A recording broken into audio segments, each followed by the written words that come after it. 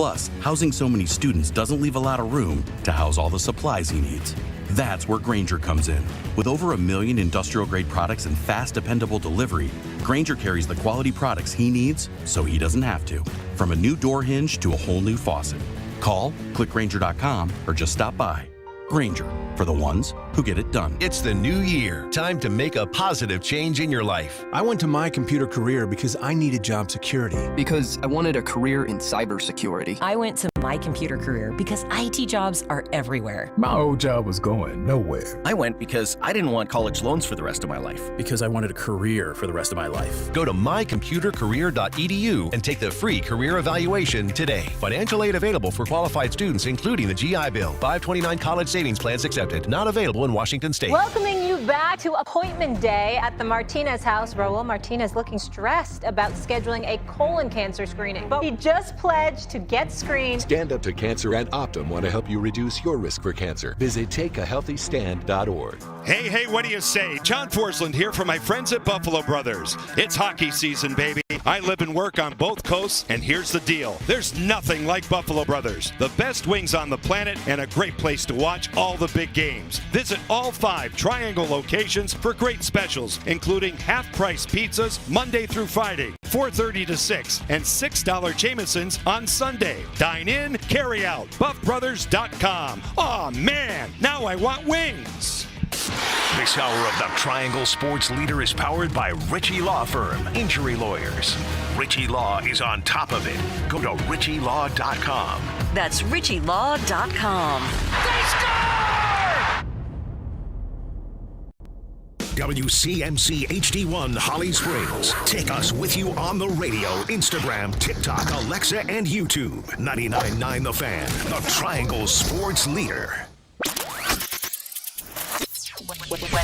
I'm WRAL meteorologist Elizabeth Gardner. My suggestion, get outside and enjoy some sunshine and high temperatures in the low 50s this afternoon because everything changes tomorrow. First it's rain and then it's bitter cold. Overnight tonight, we do stay above freezing in the mid-30s. We'll see rain starting on Saturday morning and ending early afternoon with a high of 55. Weather update brought to you by Newcomb & Company, where your comfort is their business. Visit newcombandcompany.com. 3 o'clock, check if your money. Dow Jones is up 378 points to 43,531. O'Connell with 1 second. Left wing 3 on the way. Banks it in! He got it! I don't believe it! Jeremy Baxell has Roberts on him into the paint. Rises up! Big time! Young throws. He's got Tommy. Near side 2-1. Touchdown, Carolina. To Ryan. Catch and shoot 3 right wing. He did it again. Ryan has 27. Andersen makes a save. And it's kept out by Martin. What a save. Martin just robbed Lidgren. The Drive with Tim Donnelly on 99.9 The Fan. The Drive with Tim Donnelly, 99.9 The Fan. Happy Friday to everybody. This week felt like a long week. There was a lot that went on, but we've made it to Friday. Congratulations. And this season for UNC basketball has probably felt like a long time as well. And the hits keep coming and they don't stop coming. They have a real test today against Stanford. I'm Tim Donnelly. I should say tomorrow against Stanford. I'm Tim Donnelly. Dennis Cox producing the show. UNC is starting to turn some things around. We talked about it yesterday. Right, they're starting to play their roster in a way that makes sense. They're starting to understand their roles. They've won a handful of games in a row. The SMU game, as well as their most recent game against Cal, I think have been 2 of their best games of the year. And when 2 of your best games of the year come in the last 3 or 4 games, you're doing something right.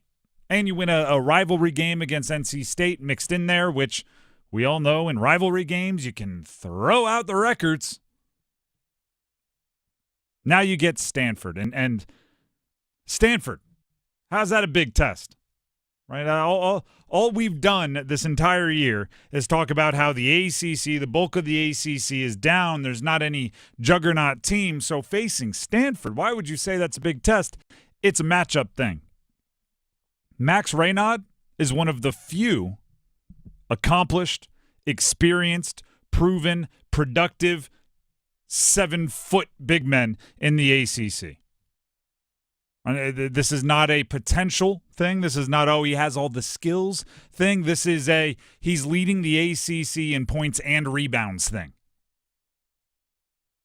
About 21 points, about 11 rebounds per game. That's leading both. So this isn't hypothetical. They've got a legitimate big man. It's going to be all ACC. Might be ACC Player of the Year. If Stanford can somehow, have whatever the minimum amount of team success is for somebody to win whatever that award is, then if they get to that threshold, there's a good chance he's your ACC Player of the Year. So now we look at UNC. They're putting things together, right? They've not been killed down low. They've rebounded better. We talked about how against Cal, they actually out-rebounded Cal by a bunch. And did so as a team, right? Perimeter players, big men alike, forwards, everybody. If you are the guy in position, go get the rebound. Now, it's one thing to do that against Cal. The biggest player who plays any kind of significant minutes for them is 6'9". It's another thing to do it when there's a 7-footer that makes part of his game being an elite rebounder out there on the floor. Hubert Davis, their head coach, UNC, talked about his team playing a full 40 minutes on defense versus Cal. This is what it sounded like.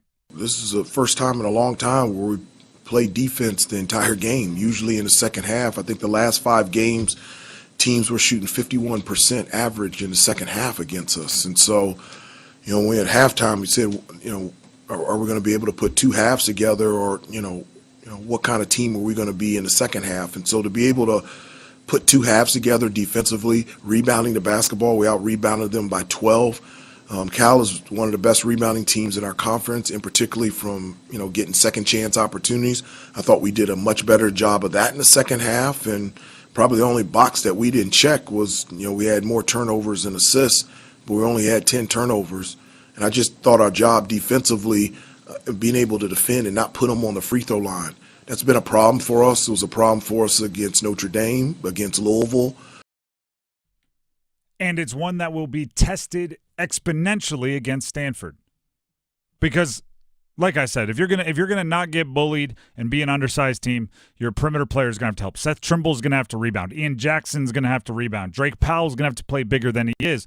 But make no mistake about it, it still is a heavy burden on your big men. Someone like Jalen Washington has to play huge in a game like this, and he has to stay on the floor. Right? UNC's already battling a size disadvantage in this one, so you can't have the few guys on your team that are within a half a ruler, right? Like 4 or 5 inches of Raynaud. You have to have those guys stay available. So this is how like a development of a team works, right? You do some good things. There's going to be a different way to test it. You're a team that needs to shoot better. You start hitting a little bit of a rhythm. Now you're going to face teams that prioritize getting you off the three-point line, or you're going to face a team that has better perimeter defense, or you're going to face a team that also shoots the three, so you're not trading 2s for 3s, you're trading 3s for 3s. Like, there's always another test. And UNC, right, I'm starting to see the victory laps. Right? I'm starting to see the fan base saying, oh, remember when everybody wanted to fire Hubert? I'm starting to see remember when they lost 3 games and everybody was being harsh? 3 games in a row. Granted, it's a very good teams, but remember when they lost 3 games, Auburn, whoever? Now look at us. 5-1 in the ACC. Won a handful of games in a row. Ian Jackson scoring at a high clip. And I'm going, before you victory lap, make sure you've solidified the causes for some of those results earlier on. It's the gift of playing in a really down ACC this year is when you need to work on you're going to have a lot of opportunities to do that against teams that won't press you in aggressive manner, right? They won't have nearly as much talent as you do. The curse of having a down ACC is you're not really sure what's fool's gold and what's real gold. Are we actually turning things around? Are we actually a much better rebounding team? Are we actually solving our problems where, teams that have a size advantage over us can push us around? Are we actually doing that? Or are we just facing teams that can't take advantage of the flaws that we have? Cal and Stanford, I wouldn't even say are hugely different. I think Stanford's a better team. I wouldn't say they're hugely different as far as like overall talent, but it's different talent.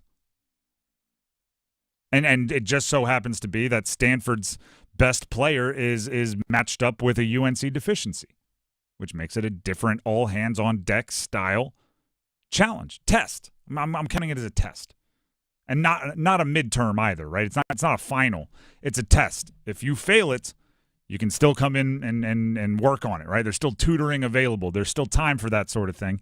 But if you pass it, right, we can start talking about maybe getting a B+ on the year after starting with a couple of rough quiz scores. Like you can start working your way back up. Continue working your way back up.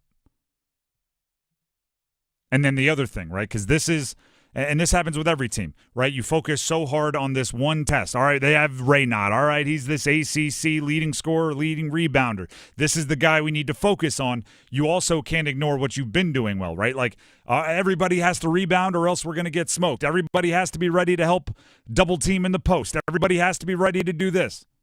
True. Got you. You know what else is also true? Like Ian Jackson, you still have to score 20. Right? That might not seem as related to the specific test of this game, but the last 7, when UNC has really started to show signs of life, that's been a key catalyst. You can't forget that. Right? And the same is true for the other guys. If RJ Davis wants to knock down a couple threes, that could help a bunch. If Drake Powell wants to knock down a 3, that could help a bunch.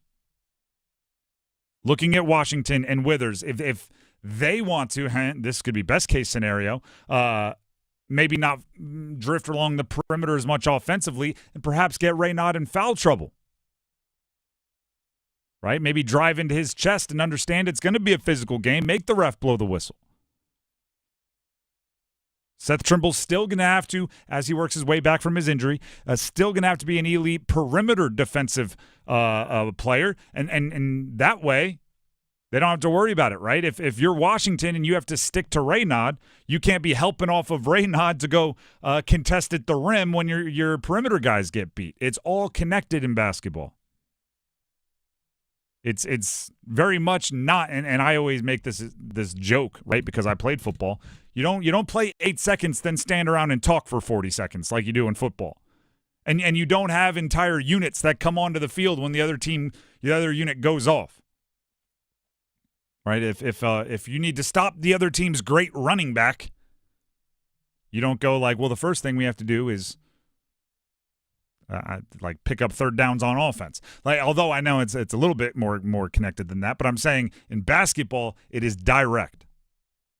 Seth Trimble's a great perimeter defender. That could help you with Raynaud. Ian Jackson scores a bunch. That could help you with Raynaud. You need to do what you do best, not just focus on the test for this one. And all that rhyming was unintentional. The Drive with Tim Donnelly, 99.9 The Fan, here on a Friday. Stumbled into like a Dr. Seuss there. The test, the rest, you need to make sure you press the bench press to work your chest. So you can be the best. There you go. UNC, Stanford tomorrow, but there's so much more going on this weekend, including tonight. Canes tonight versus Vegas, and following a rough loss to Buffalo, we have some good news to cheer up Canes fans. We'll give you that news next. It's bowl season. Happy New Year! Listen for college football's best through January 20th. Every major bowl will be brought to you live. Notre Dame wins it 27-24. The Irish will play for the College Football Playoff National Championship. Bowl season on 99.9 The Fan and Buzz Sports is presented by Wake Med, Sammy's Tap and Grill, and Roofworks. Just in time for you to have a great new year, it's the Start Something New sales event at John Heister Chrysler Dodge Jeep Ram in Lillington. Put yourself in the driver's seat of an all-new 2025 Ram 1500 Bighorn for 25% off. That's like a quarter of a truck for free. And not just any truck, a shiny new 2025 Ram 1500 Bighorn. See dealer for details. Make this your best year yet. Get off your keister and get to John Heister Chrysler Dodge Jeep Ram in Lillington. Hi, this is Mike Maniscalco. Do you want to increase the value of your home and decrease the cost of energy bills? If your home needs new windows, siding, doors, and more, look no further than your locally owned Window World, the Triangle's most trusted and America's largest exterior remodeler. A proud sponsor of the Canes, Window World will get your home looking great on the outside while saving on energy costs inside. Search Window World for a free quote today. Why choose a Sleep Number smart bed? Can I make my side softer? Can I make my side firmer? Can we sleep cooler? Sleep Number does that. Cools up to 8 times faster and lets you choose your ideal comfort on either side. Your Sleep Number setting. And now it's our lowest price of the season on our top-selling i8 smart bed. Your best savings, plus free home delivery with any base. Exclusively at a Sleep Number store near you. All Sleep Number smart beds offer temperature solutions for your best sleep. Learn more at sleepnumber.com. Now at Staples. Find hot deals on HP, America's most trusted printer brand. Whether you need to print invoices or eye-catching presentations, HP delivers with exceptional speed, reliability, and vibrant color. And with HP, replenishing ink is simple. Find HP ink cartridges in-store at Staples or subscribe to HP Instant Ink and never worry about running out. And right now with home and office hot deals at Staples, you can save up to $150 on select HP printers through February 1st. I'm at the movies, asking people if they'll switch seats with me for $574. Here, take mine. So what about $574 if you switch your home insurance to Allstate? Too much work. Not if you call. They handle the switching. Now, that's a plot twist. Shh. Check Allstate first, and you could save hundreds on quality home insurance today. You're in good hands with Allstate. Not available in every state. Based on the national average annual savings for new home insurance customers surveyed in 2023 who switched to Allstate and reported savings. Savings vary. See if you're a winner every night. Watch live lottery drawings on WRAL TV's 11 o'clock news. That's right. Carolina Pick 3, Carolina Pick 4, and Carolina Cash 5 numbers every night on WRAL TV's 11 o'clock news. See if you're a winner before you go off to bed. Get your lottery numbers live every night. North Carolina Education Lottery. Only on WRAL TV's 11 o'clock news. Now back for Larson and a little pinballing shot. Still loose. Andersen got a piece, and Carolina trying to clear the house. Still loose. Chopped at by Walker. Kept in. There's Seattle's best chance. No stick for Andersen. Now he's got it.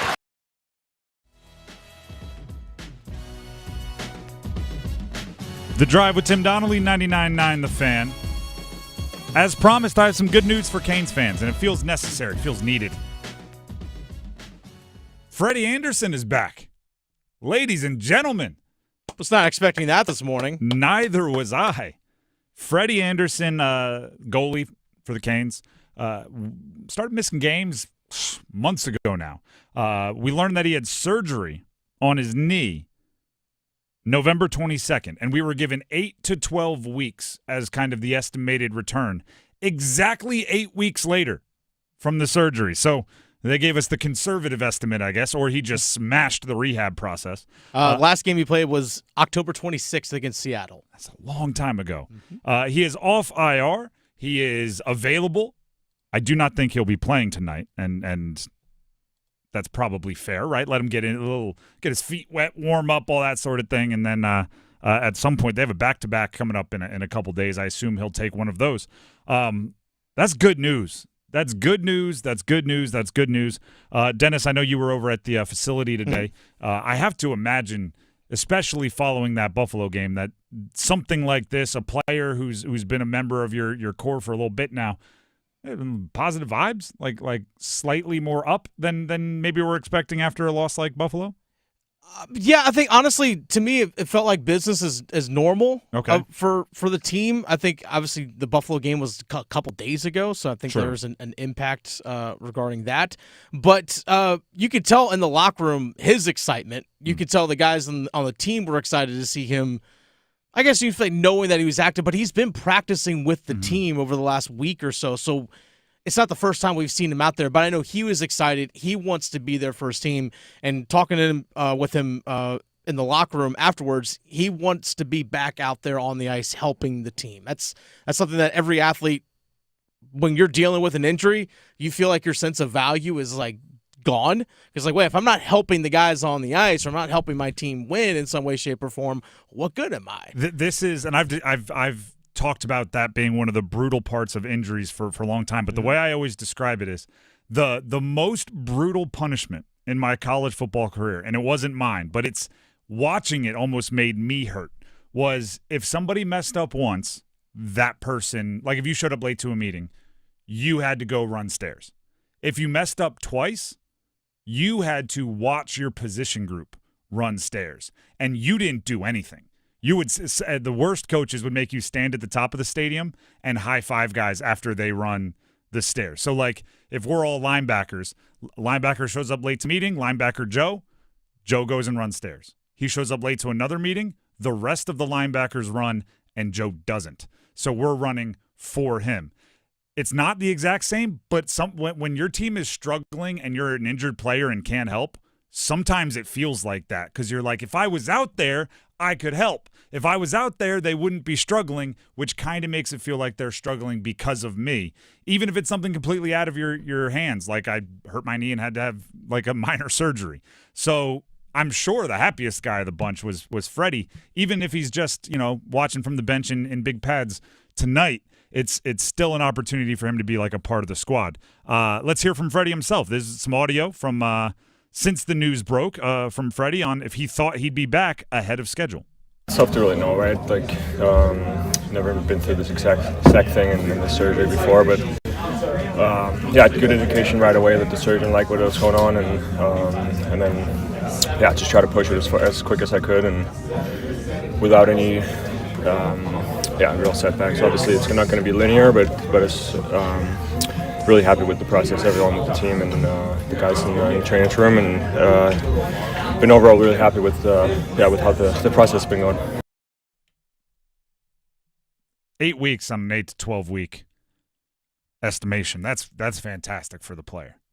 I will say, I really hope that this, and I said this earlier, like in the middle of him being out, I said, Freddie is the kind of guy where if you can get him to 100% with 2 more weeks, you take 2 more weeks rather than trying to run him back with 87% of health or whatever it is, because of his history. Because of his history, he's missing games. But if he's 100%, Canes need him, right? Canes need something different.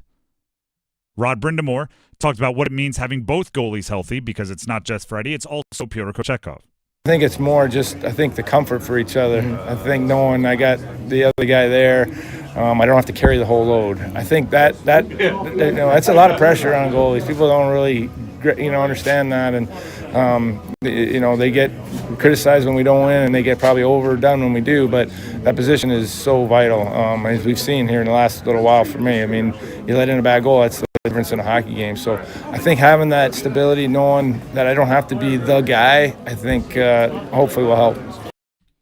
That little clip of Rod from a larger interview between Dennis and Rod Brindamore that will air during Stormwatch today. Dennis is sitting in for Adam Gold on the Stormwatch front. That'll lead into tonight's game against Vegas here on 99.9 The Fan. Freddy Andersen is activated. That's the news. Freddy Andersen activated at the short end of the estimated timeout. It's fantastic. Is that a changing moment for the team? We'll have to wait and see. But I'm gonna for the rest of Friday, I'm gonna try to be optimistic. Today, I'm just gonna throw one small, teensy weensy little thing. I kind of wish it didn't happen right now. I wish that the coincidence wasn't right now, because yesterday we talked about it a bunch. After that Buffalo game, it did feel like something burst, right? Like it's finally time to stop ignoring it. Slavin was upset after that Buffalo game, and I know he. It's very measured and it's very it's not good enough. But for Slavin, that's like you might as well be moving furniture, might as well be throwing chairs. Rod Brindamore called the defense wasn't good enough. The score, like there was a lot after that game that felt like it finally popped. this is an easy thing to point to and go, oh, good, now we're different. Right? Sometimes a guy coming back from an injury, it's like, oh, everybody can refresh because now he's back. So all that struggling we did when he was gone, that doesn't count, and it was without him. We weren't bad. We just didn't have our full squad. And bad's the wrong word. We weren't slightly lesser than we should be. We just didn't have him. I kind of wanted them to force different rather than just get different gifted to them by a guy coming back from an injury. I kind of wanted to see what they would do when it felt like, they were finally ready to go, I'm going to fix this. Because now, last year kind of showed it. Pyotr Kochetkov was really, really good in a one game on, one game off rotation. This year, when Freddie was out, it became more of the Pyotr show, and he left a little to be desired, right? And we know that Freddie, when healthy, is a solid goalie, and if you can put him in a kind of a rotation or not have to be so leaned upon, that's good for him. So the goalie situation now to me becomes, that'll fix it. When I wanted to see what the solutions would be when they didn't have kind of that obvious, that'll fix it. But all right, there's my negative for the day, right? Optimism Friday. We'll try to keep it rolling. The optimist side is if it fixes it, who cares, right? If that ends up being the thing that sparks them on a streak, who cares if it kind of came by coincidence that the timing just lined up? I'm not gonna give it. This is one of those things that I'm like, I kind of would have wanted to see what they did if Freddie didn't come back. But also, like, I'm not giving it back. I'm not saying, like, hey, let's keep him out a week. Like, if he's available, he's available. I don't know. The guys on the ice still can't make terrible passes and be soft with the puck. I mean, that's on them. That's got to change no matter what. It does. And, to me, goalies are I mean, they bail you out a lot, right? The best goalies bail you out. And if you make the mistakes you've made, but Pyotr and Freddie are playing better than the goalies have been playing, it might not sting as much. That's kind of why I'm saying what I'm saying. Like, that Buffalo loss stung. And usually those are the ones that lead to something different.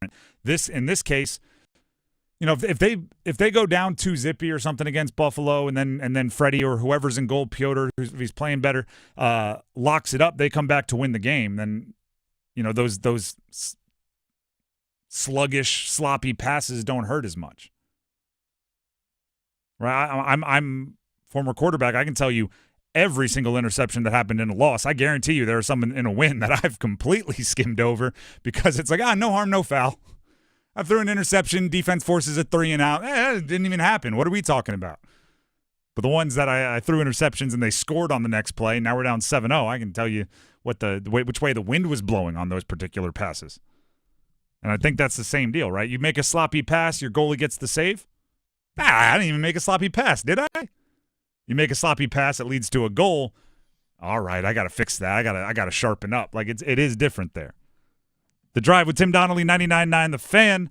Before we move on, and this is similar, right? I can tell you every single bet I've ever lost brutally at the end, but the ones that I win brutally at the end, that's how it's supposed to be. I was just on the right side of the bet. The Drive with Tim Donnelly, 99.9 The Fan. Tim Donnelly here for DraftKings Sportsbook. Playoffs? We're talking about playoffs? You bet we are.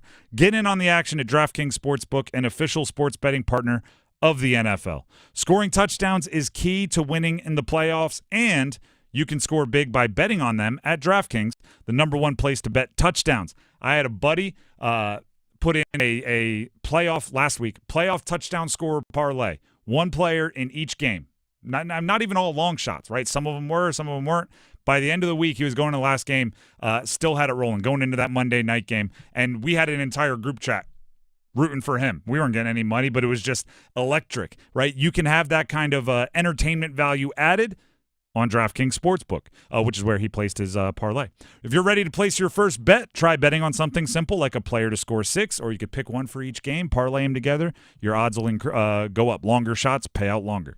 Go to the DraftKings Sportsbook app and make your pick. If you're new to DraftKings, you can bet $5 and get $200 in bonus bets instantly. I'll tell you how right now. Download the DraftKings Sportsbook app and use code TIMD. That's code TIMD with no spaces. Enter that at sign up, and new customers will get $200 in bonus bets instantly when you bet just $5 only on DraftKings Sportsbook. The crown is yours. Gambling problem? Call 877-185-543 or visit morethanagame.nc.gov. 21 plus, North Carolina only. Eligibility restrictions apply. Bonus bets expire 168 hours after issuance. For additional terms and responsible gaming resources, see dkng.co/audio. We have the Dean's List coming up. We also have a couple of college basketball games to preview. Duke at BC, NC State at Cal. What are the local teams putting on the line tomorrow? Next. Tonight's forecast calls for Hurricanes hockey. Natchez heads up. Back to Orlov. He scores! A 1-2 punch from Dmitry Orlov. It's 3-2 on Orlov, second of the game. Storm Watch with Adam Gold at 6:30. Puck drop at 7. Back to Slavin. He shot right on. Rebounds out in front. Chance out front. They score! Here come the Hats! On your exclusive home for the Carolina Hurricanes, 99.9 The Fan. It's bow time. A leg and thigh dinner from Bojangles for just $5.99. Leg and thigh dinner from Bojangles for just $5.99. So crispy. And juicy. And juicy. So much flavor. So much. Stop it. What are you doing? What? You expect me to get this delicious deal and not say anything? You're unbelievable. You're unbelievable. With a boldly seasoned leg and thigh, choice of fixin', a biscuit, and legendary iced tea, it's a deal so good it's worth repeating. So eat and repeat while it lasts. It's bow time. It's bow time. Dine in, drive through, or tap your favorite delivery app and have Bojangles come to you. Satisfy your craving for flavor right now with Bojangles 2-piece dinner. 2 pieces of Bojangles dark meat chicken, your choice of fixin', a biscuit, and iced tea for just $5.99. That's right, just $5.99 for limited time at participating Bojangles. What are you waiting for? When you're hungry, it's always bow time. The new year is here. Time for change. Start a recession-resistant new career in the high-demand fields of IT, cybersecurity, and AI with My Computer Career in just months. Already in IT? Build your cybersecurity skills and prep for thousands of open positions employers nationwide are desperate to fill. Attend classes live online or on campus. Make this your year. Go to mycomputercareer.edu and take the free career evaluation today. That's mycomputercareer.edu. Financial aid is available to those who qualify, including the GI Bill. In the ultimate showdown, wood versus metal, craftsmanship versus raw power. At Oak City Customs, they don't just make furniture, they forge masterpieces. In the arena of design, tables that combine strength and elegance. Shelving built from grit and grace. Furniture where wood and metal join forces in perfect harmony. Oak City Customs, where the battle of materials creates furniture built to conquer your space. Visit their shop in Zebulon or shop online at oakcitycustoms.com. Our favorite reason to choose Diamonds Direct over any other jeweler? Free service for life with no fine print. That's right. When you buy your engagement ring or any piece of jewelry at Diamonds Direct, you will never have to pay a dime in the future for sizing, cleaning, or routine maintenance. Even if she accidentally knocks out a side accent diamond, Diamonds Direct will replace it free. Now, other stores claim to offer warranties, but the catch is that they won't honor it unless you bring your ring in for regular inspections. But at Diamonds Direct, inspections are never required. There's no gotcha clause, no fine print, no looking for ways to void the warranty. Plain and simple, at Diamonds Direct, we stand behind what we sell, and we're committed to service it at no charge for life, period. Diamonds Direct, the jeweler you can trust with a no questions asked 100% free lifetime warranty with no strings attached. Come see us to learn more. Official jeweler of the Carolina Hurricanes and proud sponsor of NC State Athletics and proud to call the Triangle home. Diamonds Direct, your love, our passion.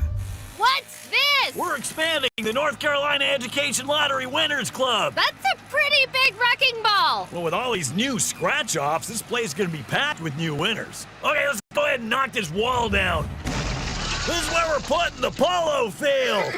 Whoa, patience, Trixie. This month's tickets are loaded with $150 million in total prizes. The Winners Club awaits. Must be 18 to play. Approximate overall odds of winning range from 3.31 to 4.55. Problem gambling helpline 877-718-5543. It wants to play defense on third and goal. Criswell, end zone, and touchdown. John Copenhaver. The Drive with Tim Donnelly, 99.9 The Fan. It is a great weekend for sports, and amongst them, some college basketball that we're going to get to. Duke at Boston College tomorrow. NC State hosting Cal also tomorrow. But first, when we talk college sports, we try to do so with a positive spin. We do that with the Dean's List. Not a lot of action as class is in session. Not a lot of action over the last 24 hours for local college athletes, at least not the men's basketball teams and obviously football teams and things that we cover the most earnestly. But there are still some we want to put on the Dean's List. Starting with, this is not a student, this is not an athlete, this is not a coach, but it is somebody who is synonymous with college sports, which is why they're going to make the Dean's List. Dickie V. Dick Vitale. Let's go. ESPN announced earlier today that the Hall of Famer, the PTPer, the primetime player, Dickie V, Dick Vitale, will return to the broadcast booth for the first time in nearly 2 years. In about a week, a little bit more than a week. January 25th, Duke versus Wake Forest. You may say, why was he out for 2 years? Well, he's battled 4 different types of cancer in the past 3.5 years. He did announce that he's cancer-free back 9 days ago on January 8th, and he is returning to the booth January 25th. He's one of those iconic voices in college basketball, so having him back, that earns you a spot on the Dean's List on this Friday. By the way, I think it's very fitting that it's an in-state, like in the state of North Carolina matchup with Duke and Wake, because we saw the rise of ESPN2 when ESPN2 became a thing 30-ish years ago. With the programming that they built there, a lot of it was college basketball, and a lot of it was the voiced by Dick Vitale, and a lot of it was ACC games. So to me, it's very fitting that it's an in the state of North Carolina matchup that we see Dick Vitale make his comeback after, like you said, nearly 2 years. I think I'm like, that fits. Yep, that fits. ESPN knows what they're doing with that kind of stuff. I hope they do. It would have been really weird if they were like, Dick Vitale's coming back. It's going to be New Mexico State against the Utah State Aggies. Like, would not have worked. Would not have carried the same kind of power.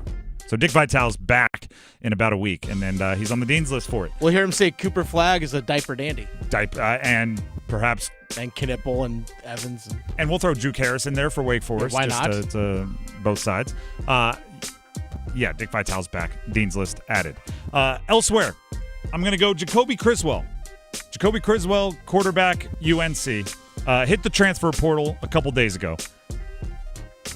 Now, first of all, I don't think he's leaving. I don't think he's entering the portal if the new coaching staff, Bill Belichick, was selling him the dream on, potentially being the starter. So I don't think UNC fans have a leg to stand on as far as being mad at a guy that started this past year hitting the portal. I did see he was the rumors are, and this was, I think, Pete Nakos, reported that Georgia has reached out, which my first thought goes, back up. Right? They'll be bringing him in with the expectation of having a veteran with starting experience in case a Gunnar Stockton or whoever ends up getting the job doesn't, can't make it through the year. That's a bummer. And like, the reason why he's on the Dean's List is he was solid this year. Right? I don't think he was unbelievable. I don't think he, became an NFL prospect, but I do think he played well enough to have the chance to end his long and winding career as a starter somewhere.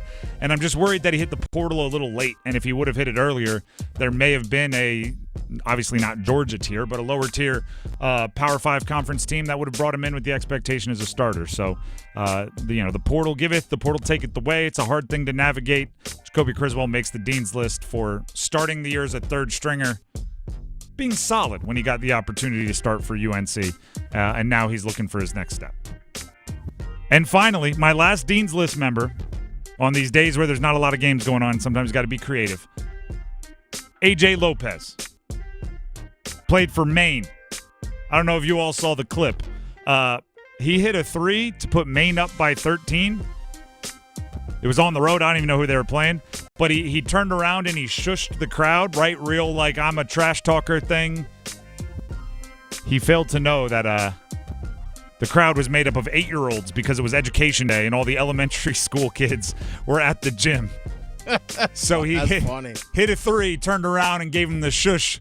I wonder if they didn't go like, oh, it's I didn't realize we were in the library. I'm sorry. It was an elementary school. Went full substitute teacher on him. Yeah. Pipe down, kids. 2 reasons why AJ Lopez gets. First of all, kids have to learn, man. You're going to talk trash. You're going to chirp. You're going to treating like adults. No, I'm kidding.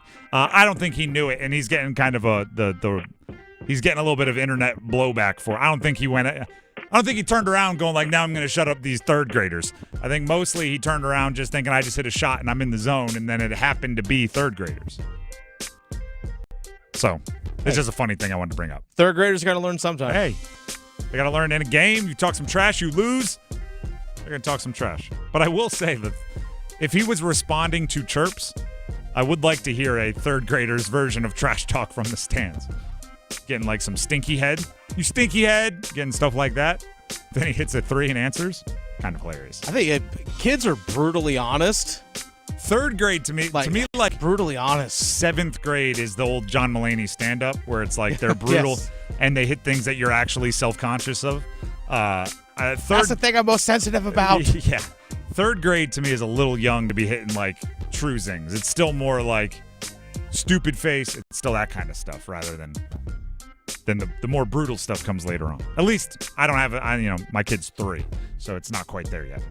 The Drive with Tim Donnelly, 99.9 The Fan. There's the Dean's List. Let's go ahead and dismiss the class. Unless you had one to throw in. I have none to add. Actually, shout out to those third graders. Actually, true. I should have given it to them. Man, I missed that. If they got in the head of truly in the psyche of a college basketball player, they're the ones that deserve the props. Yeah, exactly. Future hockey players. Yeah. Making fun of his. Never mind. The Drive with Tim Donnelly, 99.9 The Fan. Duke at Boston College tomorrow. Duke at the raucous environment of Boston College on the road. It's a win-and game. This is one of the better versions of a win. This is win and game for Duke, which means winning isn't enough.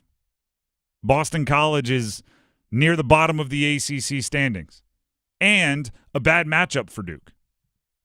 They score, meaning Boston College. Sorry, they defend as a team. Boston College, their defense, middle of the pack in the ACC. Their offense is darn near last. They are only ahead of Virginia in points scored per game, and Virginia intentionally plays games where everybody gets grinded to a pulp, including their offense. So of the teams that don't play UVA style, Boston College has the worst offense in the league, judging by the only statistic that really matters, which is points scored.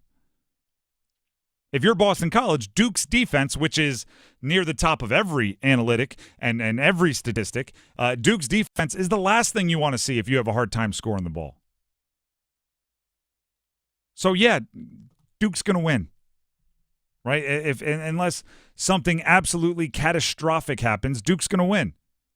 The question becomes, what else do they need to do in order for that game to be considered a success? Win and. So I'm going with this. Usually teams in the ACC, even teams near the bottom, at least have one dude, right? They at least have one guy. And you can go back and you look through the annals of ACC history, there are some bad teams that had like one player that goes on to be a star, right? And then, this team won 5 games in conference, but they had so-and-so. How did they only win 5 games? Well, it's because you need more than just that one dude. Looking at Boston College, I like Donald Hand. Watched some BC today. Didn't make it through full games, but I watched some BC film today. I like Donald Hand. He's 6'5", 210. He's averaging 14 and 7. That's 14.7 rebounds, so he's not exactly looking to pass, a little more than 1 assist per game. But here's why I think it is an interesting task for Duke. He's not he's a decent shooter. I think it's 36%. Doesn't look to shoot threes often, but that's not what he tries to do. He's a physical guard, right? Like I said, 6'5", 210. He likes to bully a little bit, right? You can tell that if this were like 15 years ago, that's probably the wrong word. 40 years ago, he'd be like a 6'5" post, right? This is a guy that has some physicality to him, some weight to throw around. So for Duke, what is the one thing everybody's been saying about Duke? No, they're good. They talk about the youth, right? Talk about how young they are. Talk about how Cooper Flagg was 17 for the first couple months of the season. Talk about how so many young guys. Well, young guys usually aren't the strongest guys in the world. They haven't had a full off season in a college basketball weight room yet. They haven't haven't changed their bodies in the way that so many college athletes do. So a physical guard is a good test. So the original win and for today is win and lock up Donald Hand. And the way I want you to do it is not just hey, you can send double teams, right? You could have Sion James out there guarding him and just always have somebody helping off of a non-shooter to go help. No, I want you to, and pretend is the wrong word, but I'm going to use it. I want you to pretend like the rest of the team is a bigger threat. Okay, so if there's a guy who absolutely can't shoot the three, don't just, put one foot in the paint and let him stand out there by himself. Treat it like you would have to treat a big physical guard on a better team and see if you can't lock him up. Because you're going to face that archetype of player, right? You're going to face a strong guard in the NCAA tournament or in the ACC tournament. Win and prove that a big physical guard doesn't knock you off your game. And then, win by a bunch, I guess would be the term. I was talking to somebody about this. You can't say it in a college basketball locker room. You can't, because there are quite literal rules about acting as if you know what these stats are. But I'd be tempted to tell Duke, you got to cover the spread every week. I'd be tempted to tell them it's not a success unless you cover the spread, because that makes it so the goal is less obvious. If the goal is just to win, like it was against Miami, if it was just to win and you're favored by 25, you win by 15, you think you played a good game, but you didn't. You win by 30, you win by 35, that's what a good game looks like against those teams that you're just simply, expected to beat by a bunch. Now, I don't know what the spread is on this one. Sometimes college basketball games take a little bit longer to pop up on the. Yeah, sometimes it's day of. So I don't know what it is in this one. At least I haven't seen it yet. But I expect it to be somewhere up there in the 20-plus range yet again. I'll get research on it. There you go. For those of you that don't know, research is us. But I assume it's not out there yet. Cover the spread. Or come up with some other way to say that. Some other way to say we got to win by X amount or do X amount each half, something. You have to give yourself something to play for in a game that you should win by a whole bunch. On the flip side of that coin, let's talk NC State. This is The Drive with Tim Donnelly on 99.9 The Fan. They are, for the most part, there's no and this season. It's not win and. It's not win and, it's win. Or it's don't worry about wins and go ahead and just focus on self-development. Use most games as if it's a glorified scrimmage and just get better, because you understand that you're going to have to win the ACC tournament to make it to the NCAA tournament. So it's not even about winning games now. It's about setting yourself up to be the best possible team you can be when that ACC tournament kicks off. And I asked this question on air earlier this week, and I asked it again last night during the Pack Therapy podcast I recorded with Casey Morsell, my co-host, who played for NC State last season during that magical run and the year before. And the question was, would you, if I were the magical, I call it college basketball like leprechaun or troll or fairy godmother or whatever, like somebody with magical powers, and I popped up and I said, I'm giving you an option, NC State. You can lose the next 3 games, ugly, but have some kind of epiphany where you figure out the best way to play this roster, you find your swagger. Or you can win 2 of the next 3, which will double your ACC and conference win total, will pretty much guarantee you're going to make the ACC tournament, like all of these things. You can win 2 of the next 3 games or even 3 of the next 3 games.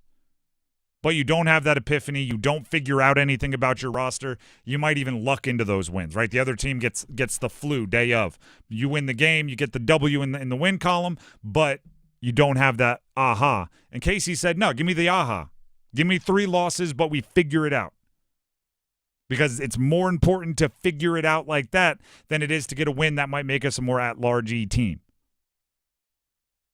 So that's part of what NC State's going through now. They're playing Cal. Cal's not a very good team. NC State, to this point in conference, not a very good team. Someone's going to have to win. Someone's going to lose. The team that is going to be best set up for the ACC tournament, if they both make it, which isn't a lock, but the team that's going to be set up best for the ACC tournament is the team that uses each and every game to improve their own ability. And one of the ways they absolutely need to improve their ability are in late game situations because, every game it seems like State is in a one-possession game. They've lost more than they've won. And then Kevin Keats is at the podium saying, we were one made shot away. It was one decision. It was one mistake. And eventually it's like, all right, if you're always one possession away, how do you fix that one possession? Casey Morcell, again, on the Pack Therapy podcast, which can be found everywhere podcasts can be found, and our YouTube page. Pack Therapy, again, search for it. Here's Casey Morcell on the late game struggles for his former team. They're not necessarily executing on the trust because I think they might say it, but it's not necessarily being displayed. Because like you said, I think Marcus, he's a guy, he's going to draw 2 people whenever he drives. Because he's that good of a finisher. Yep. So it's the details, if you're a surrounding guard or I don't know, you have to know where he's going to be, and he has to know where there's going to be. Playing with, I say DJ Burns. DJ was great because at finding guys, because we all knew where he was looking, and he knew where to find guys. So that's where the chemistry comes in terms of being dangerous. Trust. You got to trust. You got to trust. You got to trust. And if you told me they lost the game, but they figured out how to trust each other in those late game situations, I'd take it. And I'm going to throw one more kind of theory out here. Okay, one more idea, and it's one that I'm co-opting from Casey. So shout out to him. He said on the most recent pod that NC State has the potential to be a top defensive team. Right? He looks at their ability. He looks at what their kind of scheme and everything, and he thinks they can be a top defensive team in the league. And also, he added, basketball player would know, being a top defensive team is more controllable. Right? Sometimes, no matter how much you tweak an offensive system or tweak roles on offense, if shots aren't falling, shots aren't falling. If you don't have the team to do it, you don't have the team to do it. But defense, it's sometimes more of a choice. And I think when looking, what's the number one complaint we've had about NC State this year? What's their identity? Who are they? What do they hang their hat on? Well, I think when looking for an identity, we and they may have been looking in the wrong place. We've been too focused on who's your leading scorer, who's going to knock down the shot, who wants the ball in their hands at the end of the game. How do you use somebody like Michael O'Connell as a decision maker? How do you use Marcus Hill as a scorer? How do you use Dontrez Styles as a shooter? How about we forget about who your leading scorer is and hold the other team to 50 points, and then your leading scorer can have 8? Right? You don't need as much swagger as a defensive team, and it feels like they don't have that main character energy this year, like a player like DJ Burns had. Make it a more grinding style game. Yeah. Don't go all the way UVA, but move towards that end of the spectrum. They're pretty close to it. Move towards that end of the spectrum. And the reason why I bring up something like that, which is a shift kind of in the way we've been looking at the team, is because you're to the point where why not? Why not? What are you saving? What are you being so precious about, right? Oh, I don't know if we can really, expend all our energy on defense. That may mess with our offense. I'm going what offense?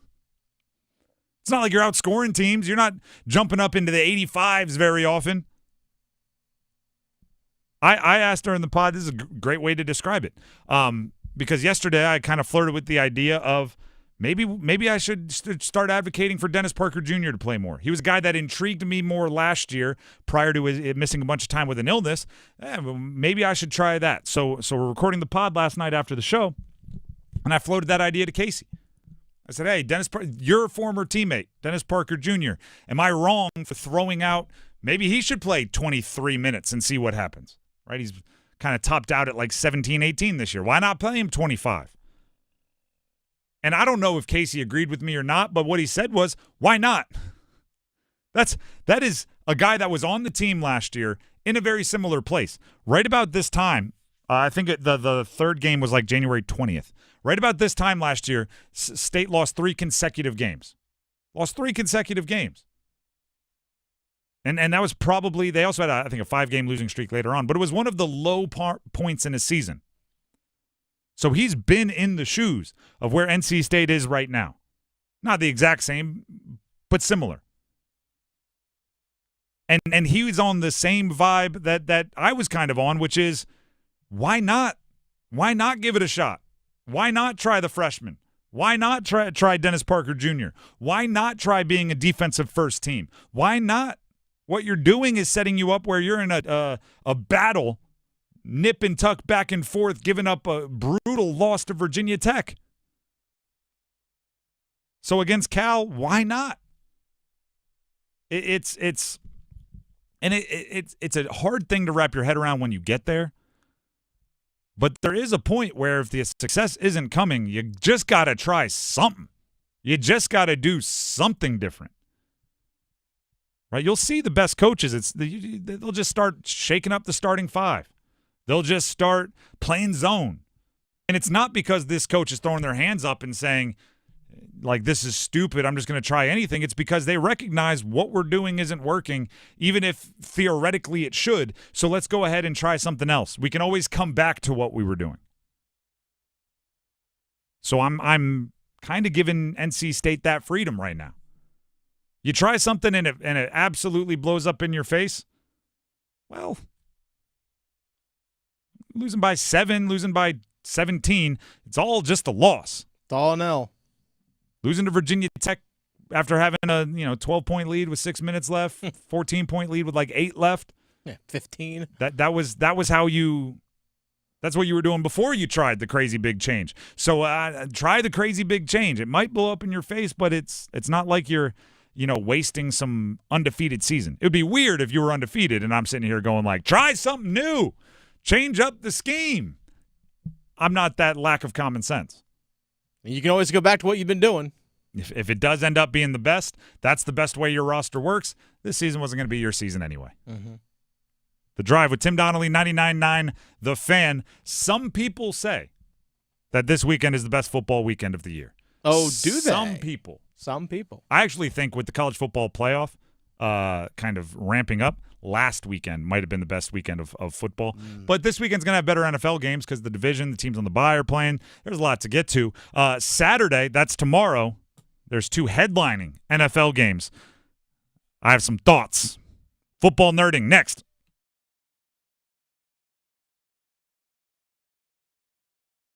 Evan, Canty, and Michelle are unsportsmanlike. The Green Bay Packers simply couldn't beat the elite talent in the NFC. They were winless against the Detroit Lions, the Minnesota Vikings, and now the Eagles. Lost 2 games to both of those teams. They were good. They were not good enough. That, to me, is the story of the Green Bay Packers this season. So it was a good season, not a great one. Unsportsmanlike. Mornings from 6 to 9 on 99.9 The Fan, the Triangle Sports Leader. With Progressive's Name Your Price tool, you get coverage options based on how much you want to pay for car insurance. And then you decide how to spend the rest of your money because you're in charge. And right now, you're going to pay for groceries. But you decide what groceries. Just keep in mind you're running out of dishwashing soap. But you decide if you're going to buy that soap. Just those dishes won't clean themselves, will they? Remember, with Progressive's Name Your Price tool, we'll help you find coverage at a fair price. And then you're in charge. Progressive Casualty Insurance Company and affiliates. Not available in all states. Price and coverage match limited by state law. A few contest rules from sports radio stations The Fan, The Buzz. No purchase necessary. 21 to enter and play.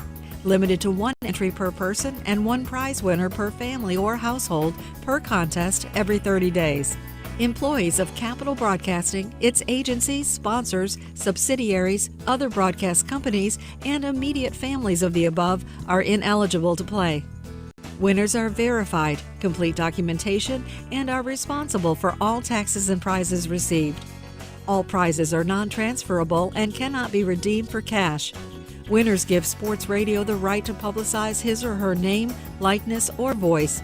Sports may change contest rules and prizes at any time and holds no liability for canceled or postponed events. Complete info of sports radio contests available at WRALSportsFan.com or during normal business hours at 3100 Highwoods Boulevard in Raleigh. Mitchell Heating and Cooling. We do the job right every time.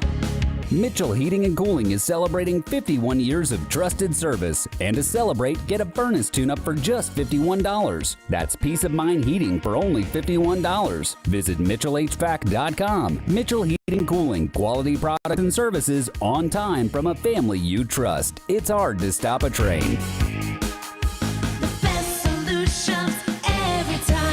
Breaking news, and this one is almost unbelievable. Yeah, it's all about new customers at Bet365 because they get $150 in bonus bets guaranteed when they bet $5. And even better, bonus bets can be used on the spread, totals, and player props. There you have it. Bet $5 to get $150 in bonus bets guaranteed. And see why? It's never ordinary at Bet365. 21 plus only. Must be physically located in North Carolina. Gambling problem? Call 1-877-718-5543 or visit morethanagame.nc.gov. Available in app only. T&Cs apply. This hour of the Triangle Sports Leader is powered by Ritchie Law Firm, Injury Lawyers. Ritchie Law is on top of it. Go to ritchielaw.com. That's ritchielaw.com. WCMC HD1 Holly Springs. Take us with you on the radio, Instagram, TikTok, Alexa, and YouTube. 99.9 The Fan, the Triangle Sports Leader. I'm WRAL meteorologist Elizabeth Gardner. Nice afternoon out there. Temperatures close to normal with a high of 52 under sunny skies. Clouds roll in overnight tonight. We stay above freezing with temperatures in the mid-30s and then expect some showers Saturday morning through around the first part of the afternoon.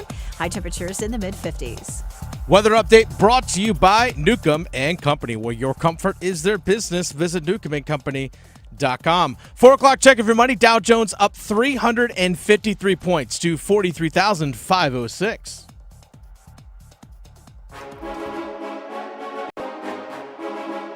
Let's move the chains. Time for football at 4. The Drive with Tim Donnelly, 99.9 The Fan. We are almost 24 hours away from the NFL divisional round. Saturday, NFL football, Houston at Kansas City, Washington at Detroit tomorrow night.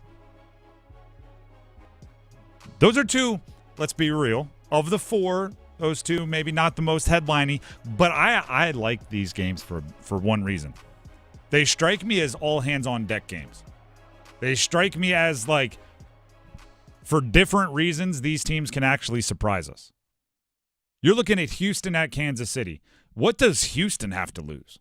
They're playing the two-time defending Super Bowl champions with first ballot inner circle Hall of Famer at quarterback, first ballot inner circle Hall of Famer at coach.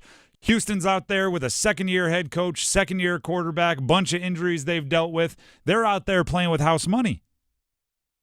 So for Houston, you need everything, right? There's no – you want to try a trick play in a playoff game? Go for it. C.J. Stroud is – this is not an exaggeration – like 200% better of a runner than most people believe. And he never breaks it out except for randomly every couple years. I think it was against Georgia in college in the CFP. All of a sudden it was like, oh, yeah, what do you need? You need a couple 10, 15-yard runs? Got it. And it's like, you didn't show that your entire time as a starter in college. Last week he had 6 carries for 42 yards versus the Chargers. You know what? Try that again. Right? Who? Like, Patrick Mahomes is one of the best at that, too. The whole, like, I'm a pocket passer. And then, oh, look at this 60-yard touchdown run. Never 60, but it's impressive. The other reason for Houston is Joe Mixon looks like he's going to play. He was kind of questionable. Looks like he's going to play. Joe Mixon, Nico Collins, they're great. Nico Collins, they're big, tall, fast, strong wide receiver. Who else? They run a whole bunch of guys out there. John Mechie, Cade Stover, Dalton Schultz, Xavier Hutch, like a whole bunch. Which is not great because you're like, well, that was supposed to be Tank Dell and Stephon Diggs. But also, which way are we coming from, KC? You have no clue. We wouldn't trust Cade Stover on a deep ball. Oh, yes, we would. For Kansas City, it's all hands on deck for a different reason. Obviously, they're not at the point where it's like, what do you have to lose? It's like, well, if they lose, they miss out on a chance to be arguably the greatest team in the history of the game. Nobody's ever won back-to-back-to-back Super Bowls. So if they do it, you could argue that this little mini dynasty of the Kansas City Chiefs is the greatest team to ever play the game. So they have something to lose. But Andy Reid has had some time now. Andy Reid is notoriously good off of a bye week. He is, right, I've been saying this about Bill Belichick a bunch. Bill Belichick, like I'm learning as we cover him at North Carolina, he is just a football psycho. Like there's no doubt in my mind when he's eating breakfast, if he looked down and saw like the hash browns were in a certain formation, he'd be like, I hadn't thought about moving the tackle over there. Like his brain sees everything in football. Andy Reid is the same way. There's legends, and I don't know if they're myth at this point, if they're fabricated, but there has to be a kernel of truth that Andy Reid has like index cards, like almost like a Rolodex. Index cards with plays drawn on them. And he always has index cards somewhere nearby. So he could be at home on like a off-season Thursday. He's not throwing on the latest Netflix show. He's not watching American Primeval or whatever that show is on Netflix that everybody's all excited about. He's not watching that. He's throwing on like the 1957 Rose Bowl. And he's going, oh, perfect. This is what I'm going to watch. And if he sees a Fumblerooski play or a Bundlerooski-doo, if he sees a play on there, he'll just draw it on an index card and put it in the pile. And people in his life know if they have a unique idea, draw it on an index card, give it to him. You might see the play called in the NFL. Again, who knows if it's myth or not, but there's a pretty well-known story out there that one of the custodial staff one day asked him, like, hey, have you ever thought of this? Right? He's probably working late there and there, grabbing the trash out of the trash can. Have you ever thought of this? And he went, wrote it on an index card, named the play after the janitor. They ran it in a game. You give him a bye week to sit around and think, they're going to be doing all of the crazy ring around the rosy in the backfield. They're going to do all of the, what if we motion Kelsey here, Noah Gray there, then we ran a shovel pass option. Like, you're going to get all of that, or at least it's going to be in the game plan. Right? You might see a hook and ladder that ends in a downfield option. That you're going to see that, or at least it's going to be in the game plan. The other thing that happened is this. Ladd McConkey in that first round of the playoffs rolled through the Texans' defense. Almost 200 receiving yards. Now, a lot of those yards were negated by interceptions by Justin Herbert later on, but that's giving Andy Reid something to get his wheels cranking. Oh, so they knew this guy was the only one on offense that was having any success for the Chargers, and they still gave up 200 yards. How did they get him open, and then what can I build off of it?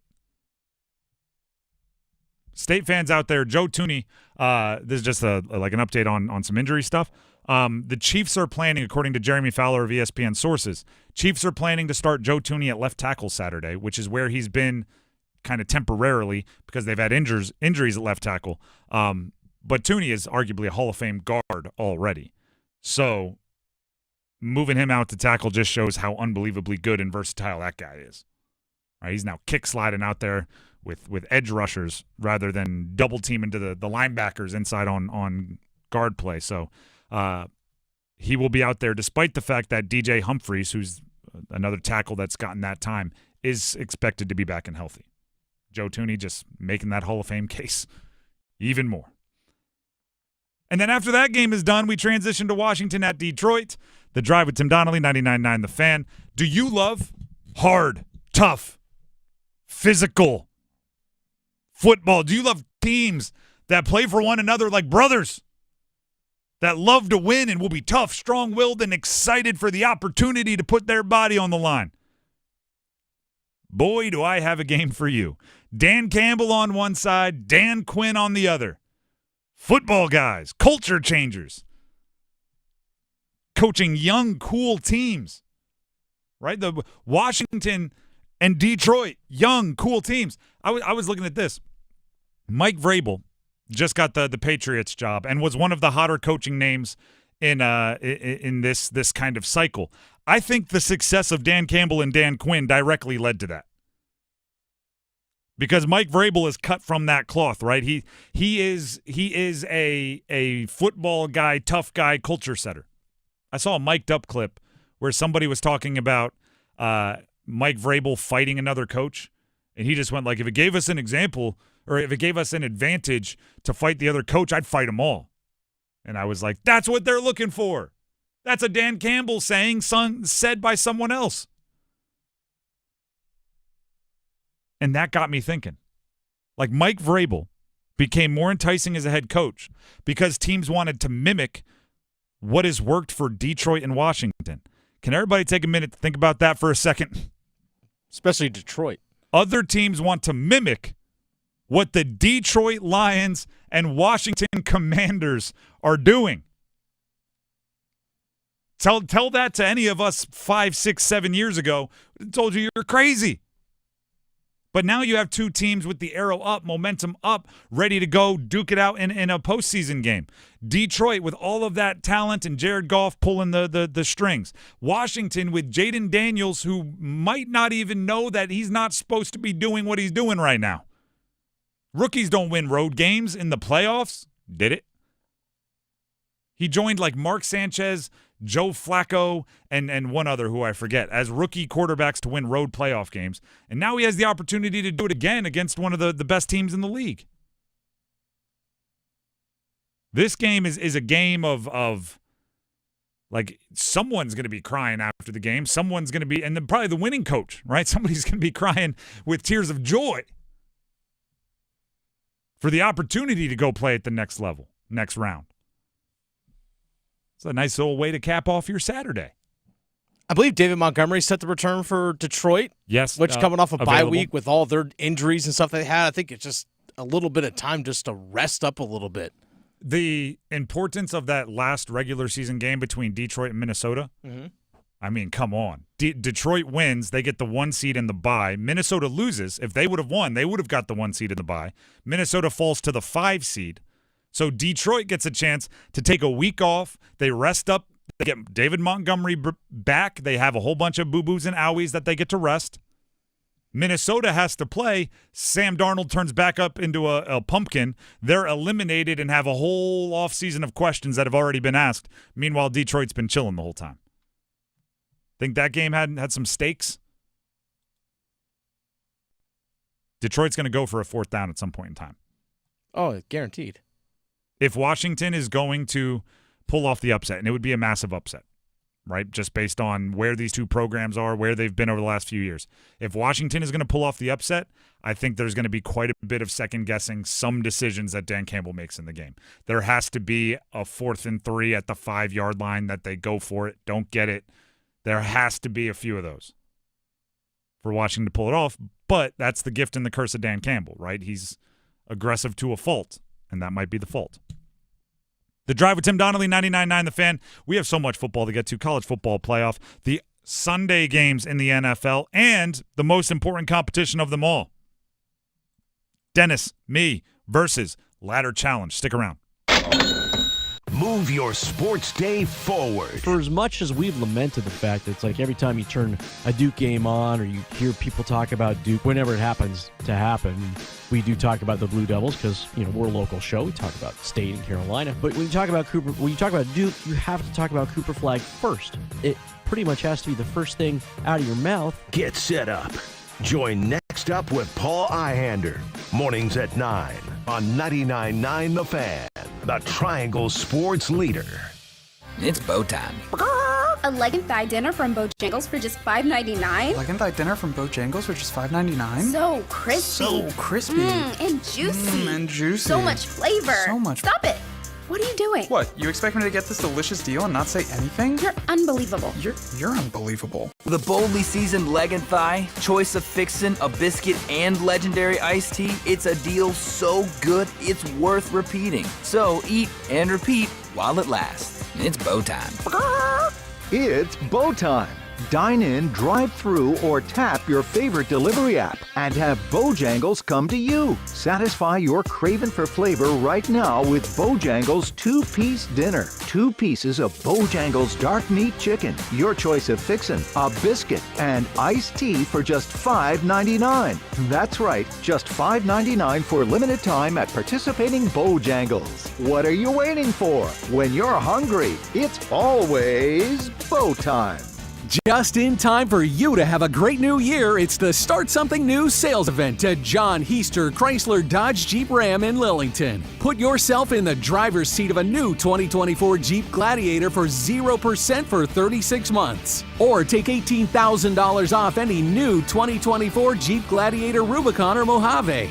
See dealer for details. Make this your best year yet with a great deal on a new ride. Get off your keister and get to John Heister Chrysler Dodge Jeep Ram in Lillington. Prescriptions require an online consultation with a healthcare provider who will determine if appropriate. Restrictions apply. See website for details and important safety information. Price varies based on product and subscription plan. Did you know that 1 in 4 people seeking treatment for ED are under 40? Hims can help. Get started at hims.com/joy. Through hims.com, you can access a full range of treatment options for ED, including daily or as-needed meds through a 100% online process. To start your free online visit and save up to 95%, go to hims.com/joy.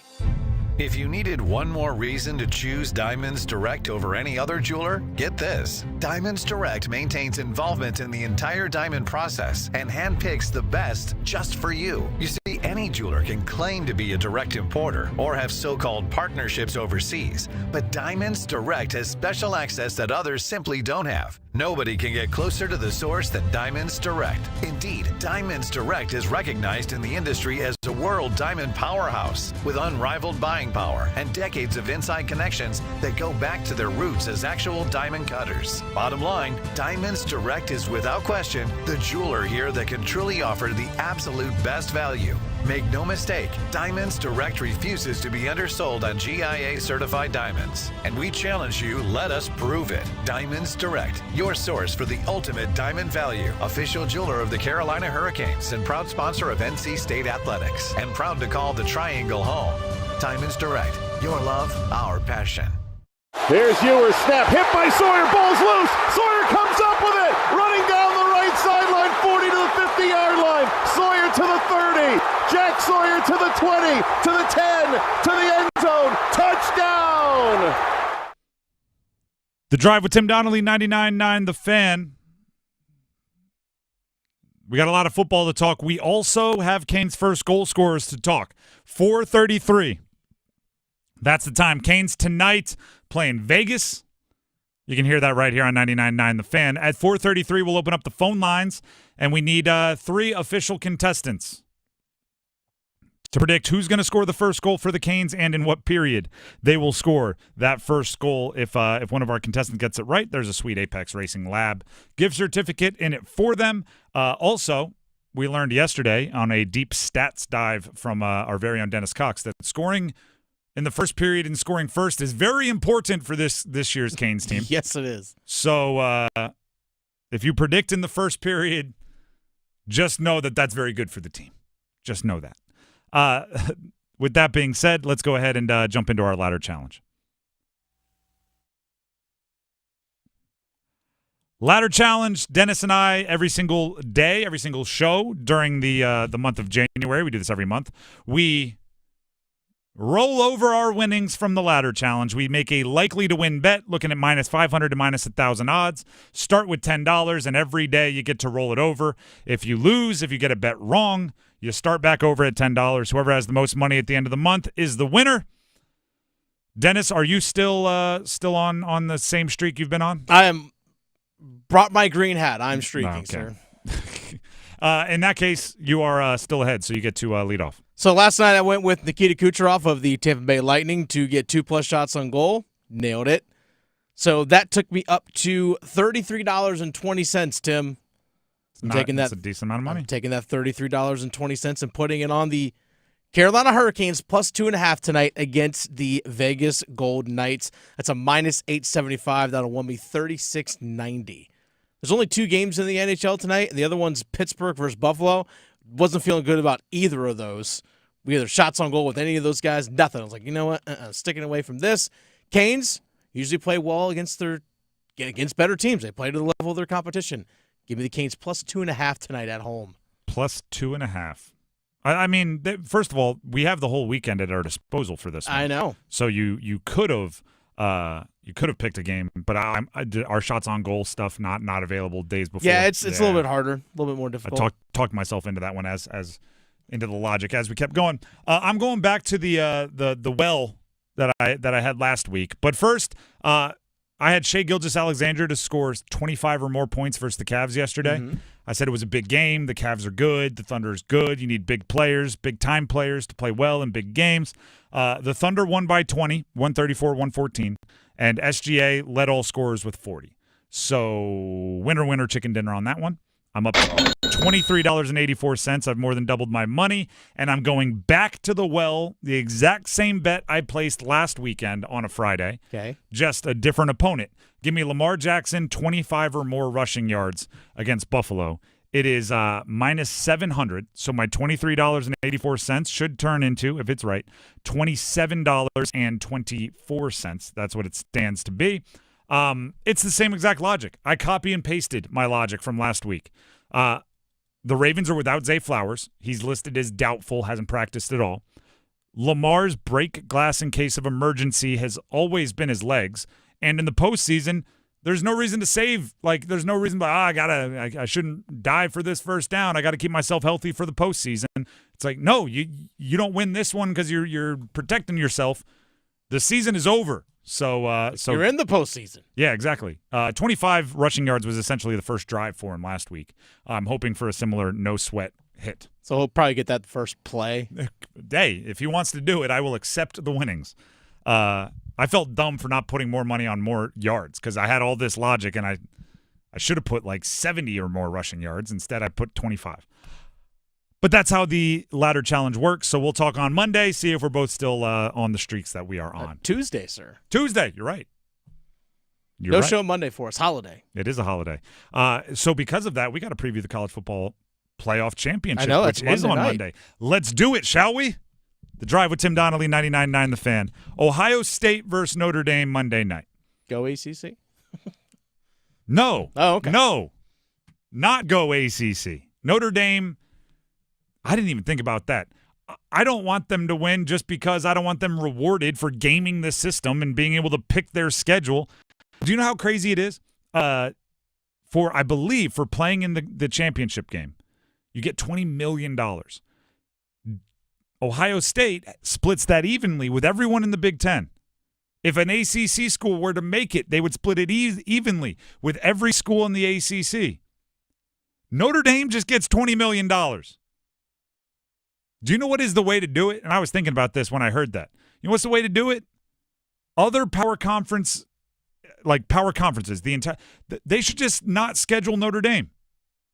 Just say, no, until you're in a conference, we're not scheduling you. You don't get to pick your hand-picked schedule and lose a game to Northern Illinois and not have a conference championship game to potentially lose a second. You don't just get to do that and then collect all the money when we have to share it. No. So, yeah, I didn't think I had a reason. I was going to have to gamble on this so I would have somebody that I cared about, in this game, a reason to root. No, I'm rooting against Notre Dame. Ohio State is a much more talented team, by the way. Marcus Freeman is one of the big risers in the CFP. He's taken a team, Notre Dame, that I see as not one of the two most talented teams in the country, yet they've won their way to the championship. You can't argue with winning once they made it to the top 12. They've made it. They're there. Now I'm mad at him, though. Now I don't want to say all the compliments. He's expected to get like NFL head coaching looks now. Ohio State's the more talented team. I expect them to win. They're favored, I think I saw by 8 in some places. Like, they are the heavy favorite. But this is also a good time for reflection. This is a good time for evaluation. As we head to the CFP championship, how does everybody feel about the expanded playoff? How does everybody feel about the top 12, or not top 12, but 12 teams getting a chance to go play in the CFP? I'll put it this way. I enjoyed it from an entertainment standpoint. They need to fix the seeding so teams like Boise and Arizona State don't get the bye, and the 6th seed doesn't have an easier path than the 1st seed to that all needs to be changed. But do you know who I think was a unintended big winner of this one? Like, the CFP expanding to 12 tremendously benefits one specific archetype of college football coach. Who? The coach that always drops one stupid game, a.k.a. like the Ryan Days of the world. There's always a coach who, like, once a year drops a game that they have no business losing. And in, like, the BCS era especially, as soon as you drop that one dumb game, national championship off the table. You were done. You'd look back and they would have gotten fired, but it was like over 5 years they went like 60-10. How did they get fired? But it's just that one game was always one they shouldn't have lost, and it always kept them from achieving their big goals. Ohio State had no business losing to Michigan this year. None. Their loss to whatever it was, Oregon, who was the number 1 team in the country, that's explainable, right? That one's okay. You could lose that, and if you win the rest of your games, still end up even in the old BCS. The Michigan loss, they had no business losing, and Ryan Day always has that. But guess what? He might win a national championship. That coach, the coach that loses the stupid one, the one where your fans go, what in the heck was that? That coach, the one that can't win the big game, that can win the big game but can't win just the games they should win, that coach gets a huge boost with the CFP top 12. Think of like the reverse, right? Because James Franklin to me is the reverse. Ryan Day and James Franklin, I could see them ending with the exact same record a lot of years. The problem with James Franklin is he's going to lose to like Ohio State and Oregon, right? He's going to lose to the 2 best teams in the Big Ten. Ryan Day is going to lose maybe one game that he can explain and one game to Northwestern. Like there's going to be some ridiculous game. James Franklin's going to have to win big games throughout the CFP, and he just doesn't do that. Ryan Day then rolls through a bunch of other conference best teams and could win a national championship. It's different. It's much more about being the best team at a specific point in time now than it is just being a flawless team throughout the entire season. There's a bigger margin for error if you time your mistakes right. Which I'm not sure if I like or don't like. I do know that as somebody that doesn't have a real horse in the race, right? None of the teams that I've really ever supported were in the national championship race this year. So without any kind of allegiance, I like that we had a little bit of entertainment, a few more games that mattered a whole bunch in the national championship. So I guess I'm for it. Just fix the seeding stuff. Dennis, do you like the 12 team? Do you like the expanded?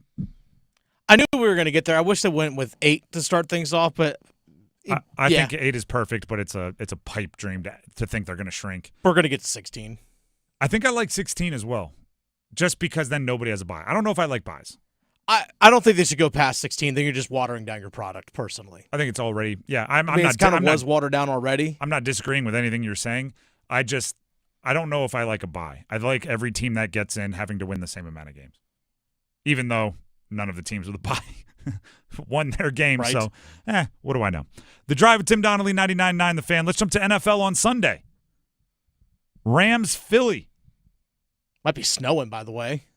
Yeah, it's Give me all of that. Going to be. They're expecting at least like miserable wintry mix. Like it's either going to be snow or slush. Love it. Matt Stafford is dangerous. I'm just going to say it like that. If you look at this game, Rams quarterback. Yes. If you look at this game, Philly is better in almost every way. Philly has the league-leading rusher in Saquon. They have one of the top pass-catching units, A.J. Brown, Devontae Smith, Dallas Goedert. One of the few that I think you could actually put over to the Rams, who have Puka and Cooper Kupp. Philly has the number 1 defense in fewest yards allowed. They have the number 1 defense in fewest passing yards allowed. They have the number 1 defense in fewest points allowed. Philly won 4 more games than the Rams this year. Philly is better in darn near every way. But the Rams have Matt Stafford, and Matt Stafford has Sean McVay dialing up plays for him, and that feels dangerous. If you made me pick an upset, I think I'm picking the Rams. That is dangerous. And the like this is what I mean with dangerous. The Chiefs lost the last week of the regular season, right? And it felt intentional. And part of the reason why people were like, "Oh, I know why the Chiefs are going to lose," is because if they lost to the Broncos in that game, Joe Burrow didn't make the postseason. And the funny part was nobody was saying they're losing so the Bengals don't make the postseason. They were saying they're losing so Joe Burrow and Jamar Chase don't make the postseason because they knew that even if they're better than the Bengals in so many ways, Joe Burrow is dangerous. I bet there are a few NFC teams out there that wish they could have done the same thing to keep the very dangerous Matt Stafford out. Right? If they could have been like, we'd give a loss if that meant that guy didn't make it. I know we're better than them. I know we'll be favored than them. But I don't know. Occasionally, he catches fire. There was a throw for the Rams last week, right, in their wild card game. It was the tight end, first drive, and the throw wasn't there, right? It was a seam that was being run with well, right? The defender was in good position, and Matt Stafford put it into like a mailbox. Thing was 25, 30 yards downfield. There was an opening as wide as your mailbox, and he put an NFL football in it. And I went, one of those days. When he gets rolling, he gets rolling. So I think we'll know early in this one. If the weather is maybe the worst end of what some people expect, that could dull down the danger of the passing game for the Rams. But if they just catch, a little 2-hour window where the wind's not super bad and they can keep the footballs dry, Philly has the drama that Philly has. Right? A.J. Brown doesn't catch a pass on like the first 2 plays and suddenly he's reading a book on the sideline that's entitled like, Why Don't They Love Me? Like if that all breaks out, Nick Sirianni is arguing with his own fans in Philly. Like if that all breaks out, the Rams could have something there. I don't know, but they could. And then we get to the creme de la creme, Baltimore at Buffalo. The main event. It's 2 heavyweight fighters. It's a game that has a ton of legacy on the line. And I'm gonna give you this. Since 2003, I think it's 6 quarterbacks have made it to the Super Bowl in the AFC. Since 2003, 19 quarterbacks have made it to the Super Bowl out of the NFC.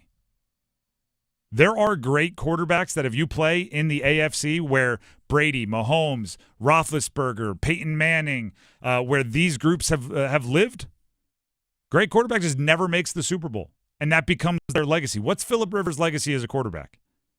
Put up a lot of really nice numbers. Never made it to a Super Bowl and said, like, golly darn a lot. That's kind of what he's remembered as. He makes it to the Super Bowl twice, completely different legacy.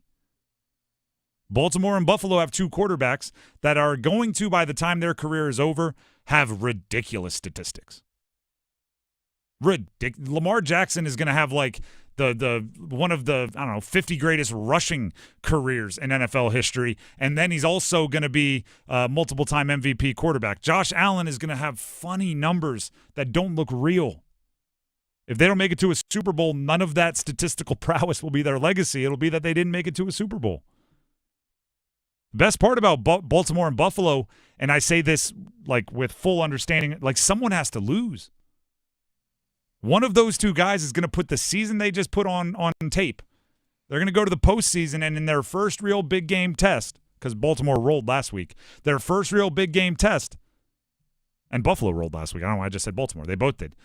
One of them is going to lose, and guess what their offseason is going to be about? Can't win the big one.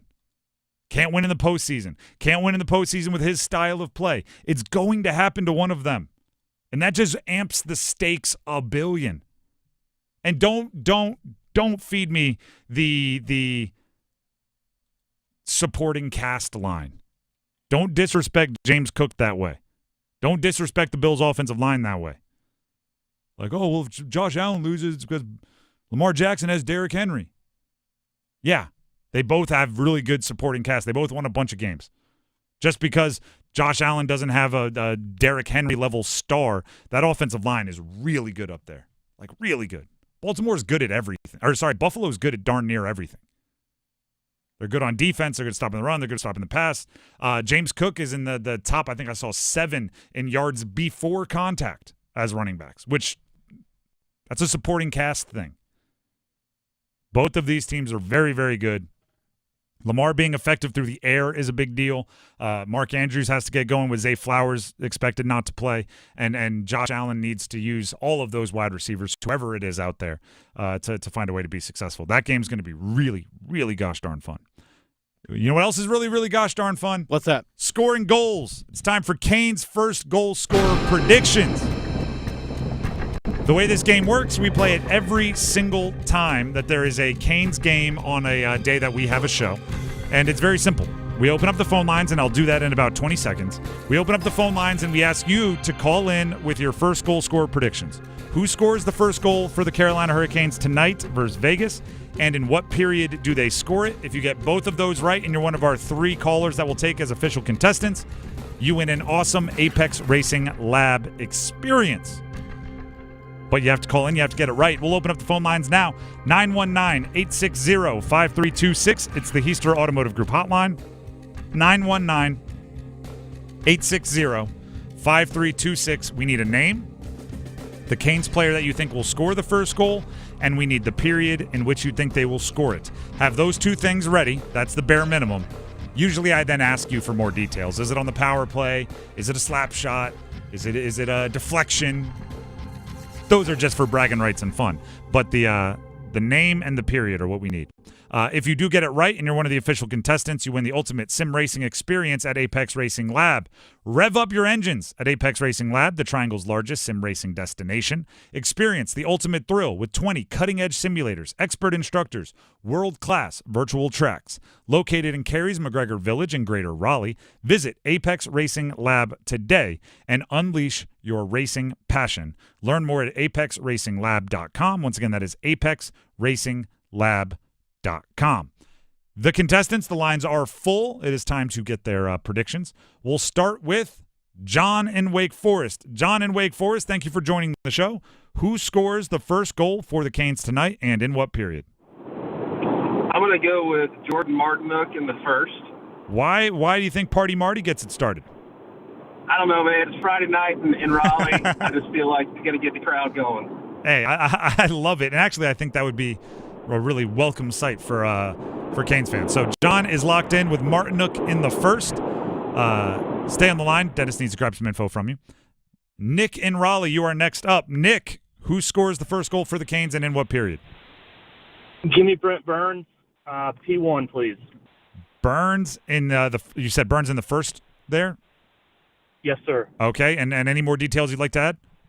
I'm a defensive guy, and I think he's due. So I'm looking for a slap shot from the outside. All right, I like it. Stay on the line. Dennis will grab some info from you. Here's the funny part. It's a Friday. It's Vibes Freddy's back. Martinook and Burns, we're going straight like fan favorites here, right? Like just the ones that'll ignite the party. Let's see if Susie keeps it going. We have Susie from, let's see here. Oh, I need to... Holly Springs. My computer wasn't loading. Susie in Holly Springs. Welcome to the show. Who scores the first goal and in what period? Could we go with Seth Jarvis, second period? Ooh, the second period. What makes you go second? I don't know. Just a good guess. Just a random number, you know? All right. You definitely kept the party going with fan favorite. Susie, thank you for calling in. Stay in the line. Dennis has some info to grab. I'm not saying that like fans don't love Sebastian Aho or they don't love Svech or I don't know, Jack Roslovic. All I'm saying is I think for pretty good numbers, like if we were out there outside of the Lenovo Center, out there on the plaza, and we just took a poll. We just walked up to fans and said, you get to pick 3 Canes to like have a beer with, right? You're going to spend an afternoon at a bar watching sports, shooting the breeze. You get to take 3 Canes with you. I think there is a good shot you would get Martinook, Burns, and Jarvis as an answer quite a few times. So it does seem like Canes Nation, based on those answers, the Caniacs, are just looking for a good time on this Friday. Vegas is coming to town, right? So you get the party of Vegas on the road. Vegas is here, going Martinook in the first for John. Nick went with Burns in the first, and Susie locked in Jarvis in the second.